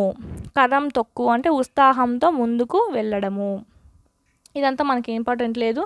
ఇక్కడ చూసినట్లయితే హెలెన్ కిల్లర్ గురించి ఇచ్చారు మనకి. ఇక్కడ చూసినట్టయితే 10th ఫిబ్రవరి సోమవారం టూర్కి అనేది వెళ్ళారు పిల్లవాళ్ళు. ఈరోజు ఉదయం విజయవాడలో ఏం జరుగుతుందంటే గుణతల మేరీమాత ఉత్సవం అనేది జరుగుతుంది. గుణతల మేరీమాత ఉత్సవం ఎక్కడ జరుగుతుంది అంటే విజయవాడ. చాలా ఇంపార్టెంట్. ఇది తప్ప ఇంక దీంట్లో ఇంపార్టెంట్ మ్యాటర్ ఏం లేదు, ప్యాసేజ్ ఇచ్చారు అంతేను. నెక్స్ట్ చూసినట్టయితే సెలయేటి దరినొక్క చెంగల్వ బాట, బాట వెంటనే పోతే పువ్వుల తోట, బాట బాట తోట. నెక్స్ట్ తోటతో స్టార్ట్ అయింది. తోటలో ఒక పెద్ద దొరలుండు, కోట కోట కోటలో రతనాల కూర్చిన పీట, పీటపై రాణుల ప్రియమైన ఆట, ఆటకే కోయిలల అందాల పాట, పాటయే పదమించు బంగారు మూట. ఇటు చూసినట్టయితే వాక్యము అంటే పద్యపాదం చివర ఉన్న దాంతో మళ్ళీ మొదటిది అనేది స్టార్ట్ అయింది. ఇలాగే చివర ఉన్న దాంతో మళ్ళీ మొదటిది అనేది స్టార్ట్ అయింది. ఇలా చివరిది మొదటి దాంతో స్టార్ట్ అవ్వదాన్ని ఏమంటారంటే ముక్తపదగ్రస్తం అనే అలంకారం అని అంటాము. ముక్త అంటే ఏంటంటే చివర, పద అంటే పదము, గ్రస్తం అంటే ఏంటంటే మళ్ళీ మొదట రావడము, చివర ఉండే పదము మళ్ళా మొదటికి వచ్చి దాంతో స్టార్ట్ అవ్వడమే ముక్తపద గ్రస్తం అవుతుంది. ఇక్కడ చూసినట్టయితే కొండవాగు కవి పాఠంలో, కొండవాగు పాఠంలో కవి వేటిని వేటితో పోల్చారో జతపరచండి అని ఇచ్చారు. నేను ఫస్టే చెప్పాను కదా ఇంపార్టెంట్గా గుర్తుపెట్టుకోవాలని. బండని దేంతో పోల్చాడు, సింహాసనంతో పోల్చాడు. నెక్స్ట్ దారులు, మస్ట్ మనకు తెలిసినటివి జతపరిచేద్దాము. ఇల్లుల్ని కొండపల్లి బొమ్మలతో పోల్చారు. మేఘాలని ఏనుగుల బారులతో పోల్చాడు. వాగుని ఊటవాగు ఉంది కదా, ఊటవాగుని కామధేనువుతో పోల్చాడు. దారులు అంటే గీతలతో పోల్చాడు. ఇది దాని జత. చాలా ఇంపార్టెంట్, మనకి ఎగ్జామ్కి వచ్చే అవకాశం అయితే చాలా ఉంది. టెట్ ఆర్ డిఎస్సి రెండింటికి. వర్ణనా పదాలను దేన్ని అంటామంటే ఒక దాని గురించి వర్ణించే పదాలు. అంటే ఎలా వర్ణిస్తామంటే కొంచెం అందంగా వర్ణిస్తామన్నమాట. దాన్నే వర్ణనా పదాలు అని అంటాము. తలతలా మెరుస్తున్నాయి అని వర్ణిస్తున్నాం అంటే ఒక వర్ణన పదాలు అంటాం వీటిల్ని. బిలబిలా పారుతుంది, పాము నడక నడుస్తుంది, బుసబుస పొంగుతుంది, వీటిల్ని ఏమంటారంటే వర్ణనా పదాలు. అంటే నార్మల్గా చెప్పకుండా వాటి గురించి వర్ణించి మరీ చెప్తున్నారు కాబట్టి. నెక్స్ట్ చూసినట్టయితే ఇవి వరుసగా రాయమన్నారు. నేను విజయవాడ వెళ్ళి దుర్గా గుడిని చూశాను. నేను ధవళేశ్వరం వెళ్ళి కాటన్ బ్యారేజ్ చూశాను. శ్రీకాకుళం వెళ్ళి శాలిహుండం చూశాను. అరకులో బొర్రా గృహలు, ఒంటిమిట్టలో రామాయణము. చూసినట్టయితే విజయవాడలో దుర్గా గుడి ఫేమస్, ధవళేశ్వరంలో కూడా కాటన్ బ్యారేజ్ అనేది ఫేమస్, శ్రీకాకుళంలో శాలికుండము, అరకులో బొర్రా గృహలు అనేటివి ఉన్నాయి, ఒంటిమిట్ట రామాలయం ఫేమస్. నెక్స్ట్ ఇక్కడ ప్యాసేజ్ చూసినట్టయితే పిల్లలు నేలపట్టు పేరు ఎప్పుడైనా విన్నారా? ఇది ఒక పక్షుల సంరక్షిత కేంద్రము. అంటే పక్షుల్ని రక్షించే కేంద్రం ఏదంటే నేలపట్టులో ఉంది. నేలపట్టు పక్షిత రక్షణ కేంద్రం అని. ఇది ఎక్కడుందంటే పక్షుల రక్షిత కేంద్రం అనేది నెల్లూరు జిల్లా దొరవారిపత్రం మండలంలో ఉంది. అంటే దానికి సమీపంలో ఉంది. ఈ ప్రాంతానికి మేము గూడబాతులు అంటే ఏంటివంటే పెలికాన్ పక్షులు, ఎర్రకాళ్ళ కొంగరు, నల్లకాళ్ళ కొంగలు, నారాయణ పక్షులు. నెక్స్ట్ చూసినట్టయితే తెడ్డు ముక్కు కొంగలు, చుక్కమూతి బాతులు, స్వాతి కొంగలు లాంటివి ఎన్నో పక్షులు దేశ విదేశాల నుంచి ఇక్కడికి వస్తాయి. అందులో గూడబాతులు అంటే ఏవి పెలికాన్ పక్షులు అక్కడ చెట్లపైన గుడ్లు పెట్టి గుడ్లను పొదిగి పిల్లలను చేస్తాయి. ఇంతకు మేమెవరో చెప్పలేదు కదూ, అంటే ఇక్కడ మేము అని అన్నారు కదా, ఇక్కడ మేము అంటే ఎవరంటే సముద్రపు రామచిలుకలు అంటే ఫ్లెమింగో ఇదంతా చెప్పినట్టుగా మనం అర్థం చేసుకోవాలి. ఫ్లెమింగోలు. నేను చాలా అందంగా ఉంటాము. మేమంటే మీకే కాదు పెద్దలకు కూడా ఇష్టమే. మా పేరుతోనే సుళ్ళూరుపేటలో ఫ్లెమింగో ఫెస్టివల్ పండుగ అనేది జరుగుతుంది. సుళ్ళూరుపేటలో ఫ్లెమింగో ఫెస్టివల్ పండుగ అనేది జరుగుతుంది. అది ప్రతి సంవత్సరం ఎప్పుడు జరుగుతుందంటే జనవరిలో జరుగుతుంది. చాలా ఇంపార్టెంట్. కన్ఫ్యూజ్ అయ్యే అవకాశం అయితే చాలా ఉంది. జనవరి అని గుర్తుపెట్టుకోండి. ఇవి ఎక్కడ ఉంటాయంటే పులికాట్ సరస్సులో నివసిస్తూ ఉంటాయి. పులికాట్ సరస్సులో చేపలు వేటాడుతూ దాని బతుకు అనేది కొనసాగిస్తూ ఉంటాయి. అక్కడ నీరు తగ్గిపోతూనే వాటి పిల్లలతో ఏం చేస్తాయంటే వాళ్ళ సొంత ఊరైన నైజీరియాకు వెళ్ళిపోతాయి. అవి మామూలుగా నైజీరియా నుంచి వలస వస్తాయి మన భారతదేశానికి పులికాట్ సరస్సుకి. ఎందుకంటే పిల్లల్ని పెట్టి పొదిగి పెద్ద చేసుకొని వెళ్తాయి. అక్కడ సౌకర్యం ఉండదని నైజీరియాలో, అప్పుడు వాతావరణం సరిగ్గా ఉండదని అవి వలస వస్తాయి మన దేశానికి. నెక్స్ట్ ఇక్కడ వాతావరణం కంప్లీట్ అయిపోగానే మళ్ళీ వాళ్ళ నైజీరియాకు వెళ్ళిపోతాయి. పిల్లలు నా గురించి తెలుసుకున్నారు కదా, ఒకసారి మీరు కూడా మమ్మల్ని దర్శించండి అని చెప్తున్నారు. నెక్స్ట్ చూసినట్లయితే ఈ ప్యాసేజ్ క్వశ్చన్స్ ఏం మనకి ఇంపార్టెంట్ లేదు. ఇది చూసినట్లయితే చాలా ఇంపార్టెంట్. నేను నా అన్నవి ఉన్నాయి చూసారా, అంటే వాక్యాలు నేను నా అనేది ఉన్నాయి. నేను అంటే ఏంటంటే నామవాచక రూపము. నా అన్నది ఏంటంటే విశేషణ రూపము. అంటే నామవాచకానికి బదులు సర్వనామంగా వాడతాము దేన్ని, నేనుని. ఈ నేనునే విశేషణంగా మార్చాలంటే, విశేషణంగా యూజ్ చేయాలంటే ఏమని చేస్తామంటే నా, అంటే నా యొక్క. దాంట్లో నా అనేది ఏమవుతుందంటే విశేషణం అనేది అవుతుంది. ఇలాగా నామవాచకాలకి విశేషణ రూపాలు చూసుకున్నట్టయితే నేను అనేదాన్ని నాగా సంబోధిస్తాము. నీవు అంటే నీ, తానుకి విశేషణ రూపం తన, తాముకి తమ, వారు అంటే వాళ్ళు, అవి అంటే వాని లేదా వాటి, మేము అంటే మా, మనం అంటే మన, మీరు అంటే మీ, అతడు వాడు అంటే వాడి అని యూజ్ చేస్తాము. అవి లేదా అది అంటే ఏంటంటే దాని అని యూజ్ చేస్తాము. ఈ నామవాచకాలకి ఈ విశేషాలు అనేది యూజ్ చేస్తామని ఇచ్చారు ఇక్కడ. నెక్స్ట్ చూసినట్టయితే సర్వనామాలకి ద్వితీయ విభక్తి రూపాలను కింది విధంగా ఉంటాయి అన్ని చూసినట్టయితే నున్న, నిన్ను, నున్ను, నన్ను, కూర్చి, గురించి కదా ద్వితీయ విభక్తి. అంటే ఈ కింద ఇచ్చిన సర్వనామాలకి నీ కానీ, నువ్వు కానీ, నున్ను కానీ చేరితే ఎలా ఉంటుందో చెప్తున్నారు. ఇటు చూసినట్టయితే నువ్వు అనేది చేరింది, నేనుకు ద్వితీయ విభక్తి అనేది చేరిందంటే నన్ను అయింది. అదే మనంకి చేరితే మనల్ని, మీరు అంటే మిమ్మల్ని, వాళ్ళు అంటే వాళ్ళని, అవి అంటే వాటిని, తాము అంటే తమరిని, తమర్ని, నీవు అంటే నిన్ను, వాడు అంటే వాణ్ణి, అతడు అంటే అతన్ని, అది అంటే దాన్ని. మనం బాగా గమనిస్తుంటే ప్రతిదానికి నా నకారం అనేది లాస్ట్లో ఉంది. నన్నులో నా ఉంది, నువ్వు అంటే నానే కదా. మనల్ని అంటే మనాలిని అని కదా, నాలో నీ ఉంది.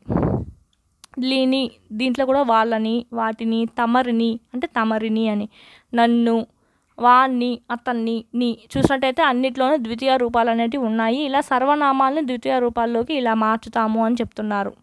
నెక్స్ట్ చూసినట్టయితే ఈడగడ దారం చేద్దాంలో పోయం ఇచ్చారు. జననీ జనకును కొలచుట. జననీ జనకులు అంటే తల్లి తండ్రులు, కొలచుట అంటే కొలచడము అంటే సేవించడము. కంటే కుమారునికి అంటే తనయునికి అంటే కుమారుడు, ముఖ్యమైన ధర్మము. కుమారునికి తల్లిదండ్రులు జయించి అనేది కొలచడమే ముఖ్యమైన ధర్మము అని చెప్తున్నారు. జననీ జనకుల కొలచుట కంటేను అంటే తల్లిదండ్రుల్ని కొలచడం కంటే, తనయున అంటే కొడుకుకి, కభ్యధికమైన ధర్మం గలదే అంటే దానికన్నా ఎక్కువైనా ఇంకొక పని ఏముంటుంది అని చెప్తున్నారు. ఇది రచించింది ఎవరంటే శ్రీనాథుడు. చాలా ఇంపార్టెంట్. జననీ జనకులు గొలుచుట అనే పద్యాన్ని రచించింది ఎవరంటే శ్రీనాథుడు. నెక్స్ట్ చూసినట్టయితే దీంట్లో ఏమి ఇచ్చారంటే చదువుదాం బదులు పాడుకుందాం అని ఇచ్చారు. అంటే ఇదొక పాట రూపంలో ఇచ్చారు కాబట్టి పాడుకుందాం. వడగళ్ళు వడగళ్ళు వానదేవుని పళ్ళు, వెలలేని తులలేని ముద్దుల చెండ్లు. వడగళ్ళు వడగళ్ళు వానదేవుని పండ్లు. వడగళ్ళు అనేటివి వానదేవుని పళ్ళు అని చెప్పి ఎలాంటి దాంతో పోల్చట్లేదు ఇక్కడ. ఎలాంటి దాంట్లో పోల్చకుండా వడగళ్ళు అనేటివి వానదేవుని పల్లె అని చెప్తున్నారు కాబట్టి ఇక్కడ ఏమవుతుందంటే రూపక సమాసం అనేది అవుతుంది. అంటే ఈ రెండింటికి భేదం ఉన్నప్పటికీ భేదం లేదు అని చెప్పడము, వడగల్లే వానదేవుని పళ్ళు అని చెప్పడము, ఇది ఏమవుతుందంటే రూపక సమాసం, రూపక అలంకారము అవుతుంది. వెలలేని అంటే దానికి ధర అనేది కట్టలేము అని, తులలేని అంటే దాన్ని కొలచలేము. వెన్న ముద్దల జెండ్లు, ముద్దల చెండ్లు అంటే ముద్దైన చెండ్లు. అంటే ఇది కూడా ముద్దైన అంటే ఏమొస్తుంది విశేషణం పూర్వపదంలో ఉంది కాబట్టి విశేషణ పూర్వపద కర్మధారయ సమాసం అనేది అవుతుంది. వేసవి వెళ్ళింది వడగాల్పు మళ్ళింది, చల్ల చల్లని పిల్లవాయువులు వీచాయి. చూసినట్టయితే చల్ల చల్లని అంటే దాని గుణం అనేది తెలుపుతున్నారు. అంటే ఎలా వీచాయి అనే దాని స్వభావం కానీ గుణం కానీ తెలుపుతున్నారు. ఇలా గుణాన్ని తెలుపుతున్నాయి కాబట్టి ఏమవుతుందంటే అలంకారము స్వభావోక్తి అలంకారం అవుతుంది. చల్లని అంటే దాని గుణము, పిల్లవాయుల యొక్క గుణము చల్లగా ఉంది అని చెప్తున్నారు. సో స్వభావోక్తి అలంకారం అవుతుంది. నెక్స్ట్ చూసినట్లయితే పిల్లవాయువులు అంటే పిల్లవైన వాయువులు. పిల్లవైన అంటే ఏంటి విశేషణము, ఎక్కడుంది పూర్వపదంలో ఉంది కాబట్టి విశేషణ పూర్వపద కర్మధారయ సమాసం అనేది అవుతుంది. పొద్దు పొద్దు పొగరంతాను అణిగింది మణిగింది, ఉరుములు మెరుపులు ఉరకలు వేశాయి. ఆకాశమంతాను ఆయాసపడ్డాది. ఆకాశమంతా అంటే ఆకాశము ప్లస్ అంతా. మనకు ఆ అనేది మనకు సంధిలో వచ్చింది కాబట్టి మూలో ఏముంది ఉత్వ సంధి అవుతుంది. మబ్బు దోంతర్లట్టే ముసురుకు పోయాయి. దోంతర్లు అంటే అంటే దూదిలాగా ఉండే చాలా సున్నితంగా ఉండే పింజర్ల మాదిరిగా ముసురుకొని పోయాయి అని చెప్తున్నారు. జలజల చుక్కళ్ళు గలగల వడగళ్ళు రాలాయి, చేతుల్లో కరిగాయి క్షణముల్లో. అంటే ఇక్కడ చుక్కలు అనేటివి జలజల పడ్డాయి అని చెప్తున్నారు, వడగళ్ళు అనేటివి గలగల రాలాయి అని చెప్తున్నారు. దాని గుణము అంటే దాన్ని ఎలా పడిందో అలా స్వభావం అనేది తెలుపుతున్నారు కాబట్టి ఇది కూడా స్వభావోక్తినే అవుతుంది, స్వభావోక్తి అలంకారం. ఆవులు దూడలు గంతులు వేస్తున్నాయి, చెట్లన్నీ పుట్లన్నీ సేదలు తేరాయి. చెట్లు ప్లస్ అన్నీ, చెట్లన్నీ, చెట్లు ప్లస్ అన్నీ చూసినట్టయితే చెట్లులో ఏముంది ఉత్వసంధి అవుతుంది. భూదేవి గర్భాన మొక్కలు మొలిచాయి, క్షణములో జగమంతా పచ్చబడ్డాది. క్షణంలో అంటే ఒక్క క్షణంలో జగమంతా పచ్చబడ్డం ఎక్కడన్నా అవుతుందా? లేదు. ఇక్కడ ఉన్నదాన్ని అతి చేసి చెప్పారు కాబట్టి ఇది ఏమవుతుందంటే అతిశయోక్తి అలంకారం అనేది అవుతుంది. అంటే అసంభవాన్ని సంభవం అని చెప్పారు. క్షణంలో జగమంతా ఎక్కడన్నా పచ్చబడుతుందా? పచ్చబడదు. సో అతిశయోక్తి అలంకారం అవుతుంది. బీరలు చిక్కుళ్ళు కాకర కాసర మల్లెళ్ళు మొల్లలు బంతి చామంతులు ఎత్తులు చల్లాము, విత్తులు చల్లాము అంటే విత్తనాలు చల్లాము, మొక్కలు అనేటివి నాటాము. పచ్చ పైరుల విచ్చే పచ్చని సిరులన్నీ. పచ్చ పైరులు అంటే పచ్చనైన పైరులు. పచ్చనైన అనేది ఏమిటవుతుందంటే విశేషణం అవుతుంది. విశేషణ పూర్వపదం ప్లేస్లో ఉంది కాబట్టి విశేషణ పూర్వపద కర్మధారే సమాసం అవుతుంది పచ్చ పైరులు అనేది. ఆకాశ మలివేణి జడలోన మెరిసింది. ఆకాశ మలివేణి, అలివేణి అంటే ఏంటంటే తుమ్మది వంటి జడ కలది.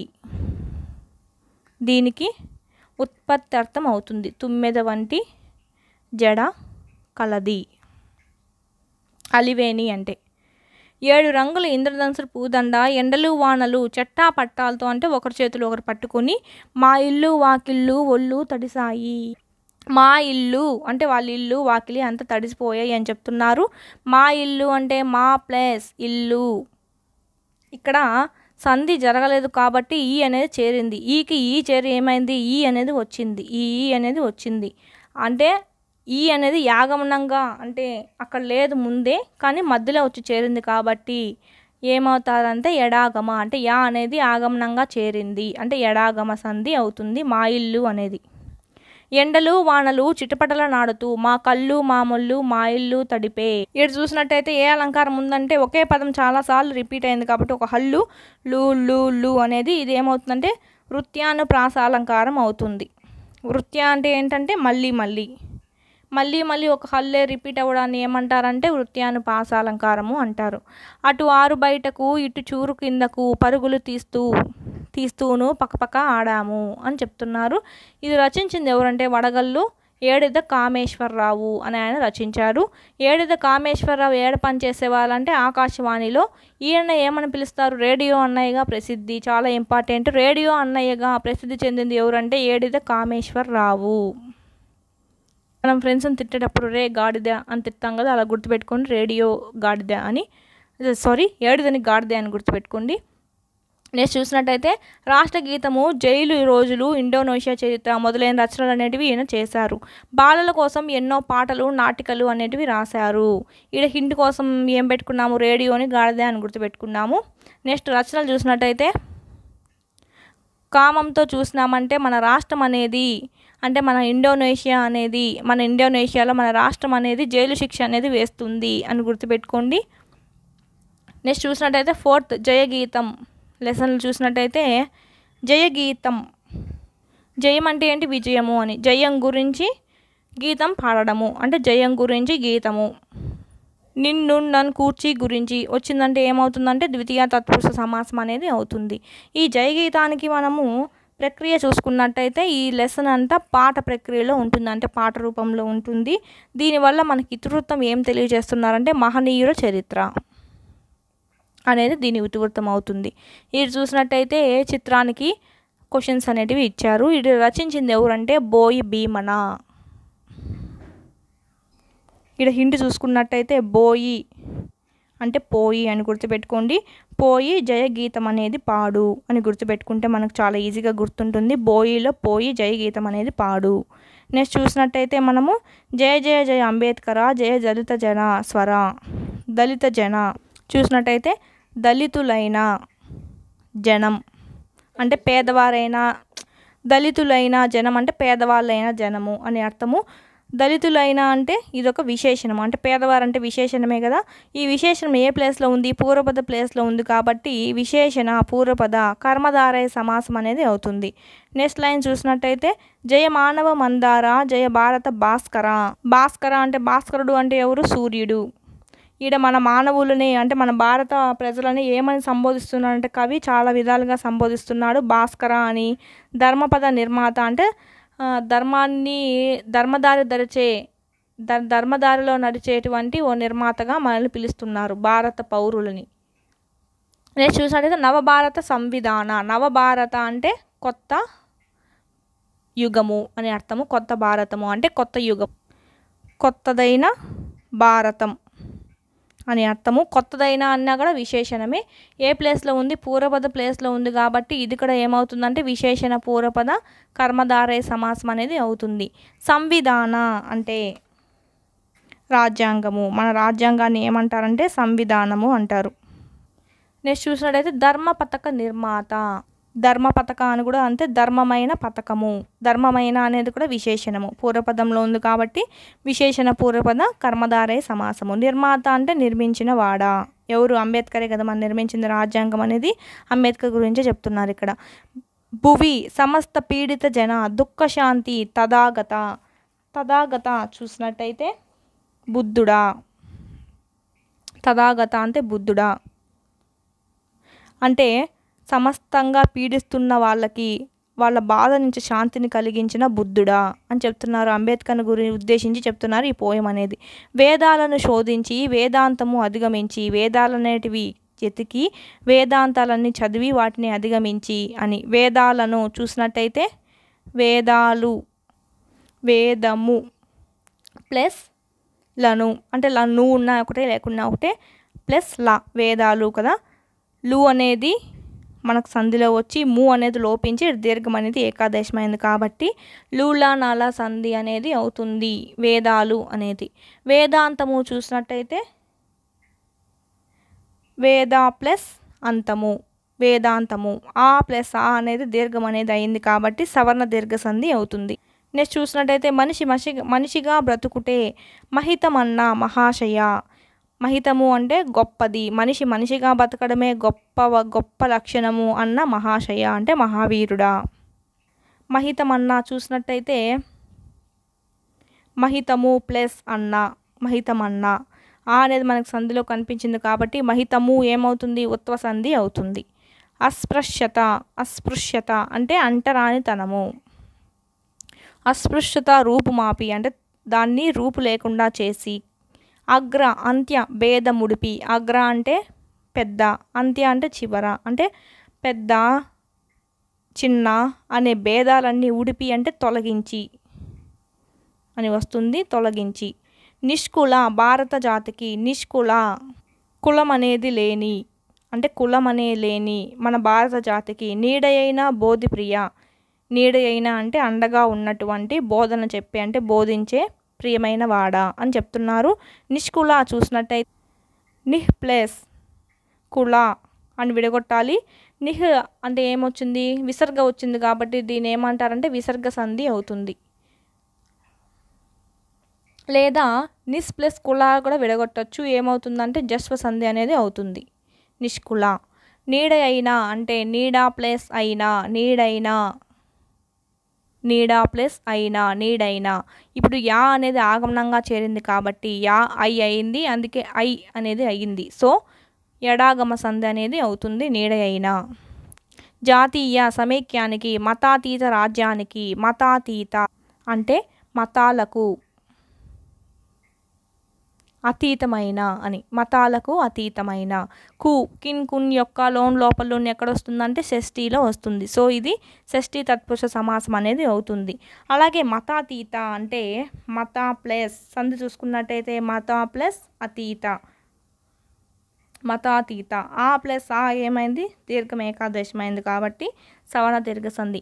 ఒక పదాన్ని మనకు ఊహించలేము, మనకు సంధిలో అడుగుతారా సమాసంలో అడుగుతారా అని వాళ్ళ ఇష్టము. సో మనం రెండు నేర్చుకొని పెట్టుకుంటే చాలా మంచిది.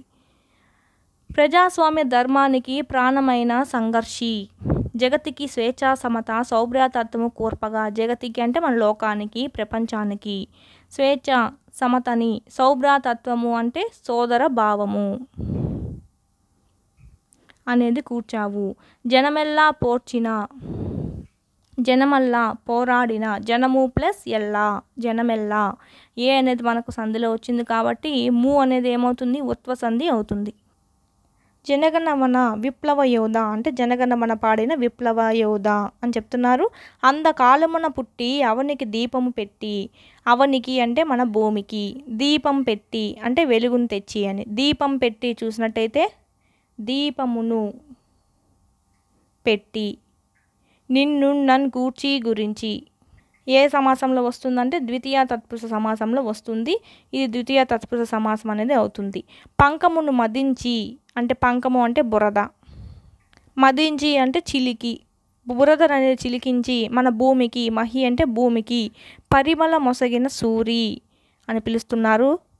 రాళ్లకు జీవం పోసి, రాళ్లకు జీవం అంటే ప్రాణం పోసి, మ్రోళ్లను చిగురింప చేసి, మ్రోలు అంటే ఆకురాలిన చెట్లకు అంటే ఎండిపోయి ఉంటాయి కదా, ఆకులని రాలిపోయి ఉన్న చెట్లకి చిగురింప చేసి అంటే చిగురులు తెచ్చి, మట్టి నుంచి మానవులు మరచిన, మట్టి నుంచి మానవులను మలిచిన అంటే మట్టిలో నుంచి మానవులని మలచిన, కారణ జన్మ అంటే కారణమైన జన్మ కలవాడు అని వస్తుంది. కారణమైన అనేది ఏంటంటే విశేషణము, విశేషణం కాదు, కారణమైన జన్మ అంటే విశేషణం అవుతుంది. కారణమైన జన్మ కలవాడు ఉత్పత్తి అర్థం చూసుకున్నట్టయితే కారణమైన జన్మ కలవాడు, కారణ జన్మ కలవాడా ఏమవుతుందంటే కలవాడు కలది అని వస్తే బహువ్రీకి సమాసం అనేది అవుతుంది. నెక్స్ట్ చూసుకున్నట్టయితే భాస్కర అర్థాలు చూసుకున్నట్టయితే సూర్యుడా. సంవిధానము అంటే రాజ్యాంగము, తథాగత అంటే బుద్ధుడా అనే అర్థము, వేదాంతము అంటే ఉపనిషత్తులు, మదించి అంటే చిలికి, జగతి అంటే లోకము, శోధించడము అంటే పరిశీలించడము, మహితము అంటే గొప్పతనము. నెక్స్ట్ చూసినట్టయితే అస్పృశ్యత అంటే అర్థం ఏంటంటే అంటరానితనము, అంత్య అంటే చివర లేదా లాస్ట్ అని, ఉడిపి అంటే తొలగించి, సౌభ్రాత్వము అంటే సౌభ్రాతత్వము అంటాం కదా, అదేంటంటే సోదర భావం కలిగి ఉండడము, పంకం అంటే బురద లేదా మట్టి, మ్రోలు అంటే ఆకులు రాలిన చెట్లు, ఆకులన్నీ రాలిపోయి ఉంటాయి కదా ఆ చెట్లను ఏమంటారంటే మ్రోలు, సంఘర్షణ అంటే మదన పడడము, నిష్కుల అంటే కులము లేని వాటిని నిష్కుల అని అంటారు. ఇటు చూసినట్టయితే మనకి ఇదంతా ఎక్సర్సైజెస్లో ఏం ఇంపార్టెంట్ లేవు. ఇటు చూసినట్టయితే కింది కవితను చదవండి, ప్రశ్నలకు జవాబులు రాయండి. ఒక కవిత అనేది ఇచ్చారు. విద్య కొరకు కదలిరా, ఆత్మగౌరవంతో కఠిన దీక్షతో, ఆత్మగౌరవము అంటే ఆత్మనందు గౌరవము. సమాసం చూసుకున్నట్టయితే నందు అంటే ఏమవుతుందంటే నందు నన్ను అనేది సప్తమి తత్పురుష సమాసంలో వస్తుంది. సో ఇది సప్తమి తత్పురుష సమాసం అనేది అవుతుంది. కఠిన దీక్ష అంటే కఠినమైన దీక్ష, కఠినమైన అనేది ఏమవుతుందంటే విశేషణము. విశేషణం పూర్వపద ప్లేస్లో ఉందా ఉత్తరపద ప్లేస్లో ఉందా చూసుకోవాలి. పూర్వపద ప్లేస్లో ఉంది కాబట్టి విశేషణ పూర్వపద కర్మధారయ సమాసం అనేది అవుతుంది ఈ కఠిన దీక్ష అనే పదము. నెక్స్ట్ చూసుకున్నట్టయితే జ్ఞాన సంపదలు సేకరించుకో, విద్య లేనిదే జీవితం వృధా. జ్ఞాన సంపదలు చూసినట్టయితే జ్ఞానం అనడి సంపదలు. ఈ సమాసం చూసుకున్నట్టయితే అనడి అని వచ్చిందంటే ఏ సమాసం అంటే రూపక సమాసము. ఇక్కడ మనకు రూపక సమాసం వచ్చింది కాబట్టి జ్ఞాన సంపదలు సేకరించుకో, విద్య లేనిదే జీవితం వృధా అనే లైన్స్ ఇచ్చి ఏ అలంకారం అన్నా కూడా మనకి ఏమవుతుందంటే రూపక అలంకారం అనేది అవుతుంది. చెప్పాం కదా ఒక హింటు, ఆల్మోస్ట్ రూపక సమాసం వచ్చేటివన్నీ రూపక అలంకారం కిందకే వస్తాయి. ఆనంద జీవనం విద్యతోనే కదా, ఆనంద జీవనం అంటే ఆనందమైన జీవనము. ఇది కూడా ఏమవుతుందంటే విశేషణ పూర్వపద కర్మధారయ సమాసం అవుతుంది. సోమరిగా గడపవద్దు, విద్య కొరకు కదులకు ముందు, మన బిడ్డలను చదివిద్దాము, బతుకనేది చక్కదిద్దుకుందాము, సువర్ణ అవకాశం ఒకటి నీ ముందున్నది తెలుసుకో, విద్య కొరకు కదలిరా. విద్య యొక్క గొప్పతనం అనేది ఇక్కడ చెప్తున్నారు ఈ కవిత్వంలో. సువర్ణ అవకాశం చూసుకున్నట్టే, సువర్ణం అంటే ఏంటి బంగారము, బంగారమైన అవకాశము అని అంటాము, అంటే సువర్ణమైన అవకాశము. సువర్ణమైన అనేది కూడా ఏమవుతుందంటే విశేషణము. సో పూర్వపద ప్లేస్లో ఉంది కాబట్టి విశేషణ పూర్వపద కర్మధారయ సమాసం అనేది అవుతుంది. ఇటు చూసుకున్నట్టయితే సువర్ణ అవకాశము. ఫస్ట్ మనం ప్రిఫరెన్స్ ఏది ఇవ్వాలంటే విశేషం దానికన్నా ఉపమానానికి ఇచ్చేది చాలా మంచిది. మనకు ఆప్షన్లో ఇది కనిపిస్తే ఇదే పెట్టడం చాలా మంచిది. సువర్ణం అంటే ఉపమానము, బంగారము. అవకాశం అంటే ఉపమేయము. అవకాశాన్ని మనం బంగారమైన అవకాశంగా పోలుస్తున్నాం కాబట్టి ఉపమాన పూర్వపద కర్మధారయ సమాసంగా తీసుకోవాలి. మనం ఫస్ట్ ఆఫ్ ఆల్ దీనికే ప్రిఫరెన్స్ అనేది ఇవ్వాలి. అంటే మన ఆప్షన్స్లో ఉపమాన పూర్వపద కర్మధారయ సమాసానికి పెట్టాలి. నెక్స్ట్ చూసుకున్నట్టయితే 7 అర్థాలు ఇచ్చారు. సంవిధానము అంటే రాజ్యాంగము, తథాగతుడు అంటే బుద్ధుడు, వేదాంతము అంటే ఉపనిషత్తులు, యోధ అంటే వీరుడు, సూరి అంటే పండితుడు. నెక్స్ట్ చూసినట్టయితే ఇక్కడ ఏమి ఇవ్వలేదు, ఇంకా వాటిని సొంత వాక్యాలు రాయమన్నారు. ఇంపార్టెంట్ ఏం లేవు. నామవాచక యొక్క గుణాలను తెలిపేది ఏంటివంటే విశేషణాలు. ఇటు ప్రాచీన, నల్లటి, ఎర్రటి, కొత్త, శ్రావణమైన ఇలాంటివన్నీ ఏమంటారంటే విశేషణాలు అంటారు. ఇటు చూసినట్టయితే క్రియలు అని వేటిని అంటారు, పని గురించి తెలిపే వాటిని క్రియలు అని అంటారని ఇచ్చారు. ఈడ విశేషణ పదాలు ఇంకొంచెం చూసినట్టయితే గబగబా నడుస్తున్నాడు అంటే పరిగెత్తున్నాడు, వేగంగా, అందంగా, నెమ్మదిగా, ఇవి కూడా విశేషణాలు అవుతాయి. ఇక్కడ ధారణ చేద్దాంలో మనం చూసినట్టయితే పోయం ఇచ్చారు, ఎరుక గలవారి చరిత్రలని. రచించింది ఎవరంటే నన్నయ్య. ఎరుక గలవారి చరిత్రలు, ఎరుక గలవారు అంటే ఇక్కడ ఎవరని తీసుకోవాలంటే మనము జ్ఞానవంతులు అంటే జ్ఞానం కలవారు. చరిత్రలు గరుచుచు అంటే తెలుసుకోవాలి, ఎరుక వారి చరిత్రలు అనేటివి తెలుసుకోవాలి. సజ్జనుల గోష్ఠి గదలక ధర్మము, సజ్జనులు అంటే మంచివారు. సత్ ప్లస్ జనులు, సజ్జనులు ఏమవుతుందంటే చుత్వ సంధి అనేది అవుతుంది. గోష్ఠి అంటే వాళ్ళ సాంగత్యం అంటే వాళ్ళతో ఉండడము అంటే స్నేహము. కదలక ధర్మం బెరుగుచు, వాళ్ళతో స్నేహం చేసి ధర్మం అనేది మనం గ్రహించాలి. నెరిగిన దానిని మరువ కనుష్ఠించునది సమంజస బుద్ధి. నెరిగిన దానిని అంటే అలా తెలుసుకున్న ధర్మాన్ని మనం ఏం చేయాలంటే మరవకుండా సమంజస బుద్ధి అంటే మంచి బుద్ధితో ఆచరించాలి అని చెప్తున్నారు. ఇది రాసింది ఎవరంటే నన్నయ్య. ఎరుక గలవారి చరిత్రలు పోయం రాసింది నన్నయ్య. నెక్స్ట్ చూసినట్టయితే చిక్కైన ప్రశ్న. చిక్కు ప్రశ్న ఏమవుతుందంటే చిక్కైన ప్రశ్న. చిక్కైన అంటే ఏంటంటే విశేషణము, పూర్వపదం ప్లేస్లో ఉంది కాబట్టి విశేషణ పూర్వపద కర్మధారయ సమాసం అవుతుంది. వివేకవంతమైన జవాబు చెప్తాడు ఆ చిక్కైన ప్రశ్నకి అంటే ఆలోచించి. 60 ఏళ్ల ఉత్సవం అనేది రాజుగారు పుట్టినరోజు జరుపుకుంటూ ఉంటారు. అందుకని వీళ్ళు ఏం చెప్తారంటే రాబోయే పున్నమి రోజు నేను ఒక ప్రశ్న వేస్తాను, దానికి జవాబును చెప్పిన వారికి ఏమిస్తాను అని ప్రకటించాడంటే 1000 బంగారు కాసులు అనేది ఇస్తాను అని ప్రకటించాడు. ఇది చూసినట్టయితే పున్నమి రోజు రానే వచ్చింది, జనం తండోపతండాలుగా వచ్చారు. తండోపతండాలు అనేది ఒక జాతీయము. తండోపతండాలు అంటే గుంపులు గుంపులుగా అని అర్థము వస్తుంది. నెక్స్ట్ చూసినట్టయితే మనం ఓన్లీ ఇంపార్టెంట్వి చెప్పుకుందాము. ఆయన ఒక కథ అనేది చెప్పాడు. మహారాణికి గుత్తొంకాయ కూర తినాలనిపించింది. వెంటనే వంటవాడిని పిలిపించాడు. కూరలో మసాలా బాగా వెయ్యిలో 1000 గుత్తి వంకాయ కూర గుమగుమలాడుతూ ఉండాలి అని చెప్పాడు మహారాజు. నెక్స్ట్ వంటవాడు రంగంలోకి దిగాడు. సన్నెకల్లు మీద మసాలా నూరుతున్నాడంటే రోకల మీద నూరుతున్నాడు. నూరుతున్నాడులో 100. కూర వండితే ముందే వాసన గుబాలు ఇచ్చేస్తుంది, వండక ముందే వాసన అనేది వచ్చేస్తుంది. వంటవాడి కూతురు ఉయ్యాల్లో పడుకొని నిద్రలేచి ఏడుస్తుంది. పొయ్యి దగ్గర ఉన్న నీళ్లు గంగాళం పట్టుకొని వంటవాడి కొడుకు ఏం చేస్తున్నాడంటే ఆడుకుంటున్నాడు. ఆ నీళ్లు మంటల్లో పడి ఆరుతున్నాయి. అది చూసిన వంటవాడికి ఎక్కడలేని కోపం వచ్చింది. దీన్ని వంటవాడి భార్య చూసింది. ఒరే, నిన్ను పొయ్యి మీద ఏం పనిరా, పొయ్యిలో పడ్డావంటే నీకు చావు మూడుతుంది, 3 అని వాడిని పట్టుకొని దూరంగా లాగేశారు. ఇలా ఒక స్టోరీ అనేది చెప్తారు. ఇందులో గుత్తొంకాయ కూర బాగా చేసింది, రాననేది కాసులు అనేటివి ఇచ్చింది. ఎన్ని కాసులు ఇచ్చింది అనేది ప్రశ్న. అందులో ఎక్కడ కాసులు ఇన్ని ఇచ్చామని చెప్పలేదు, కానీ మనమే క్వశ్చన్స్ బట్టి లాజికల్గా ఆలోచించి చెప్పాలి అనేది ఈ పాఠం యొక్క ఉద్దేశము.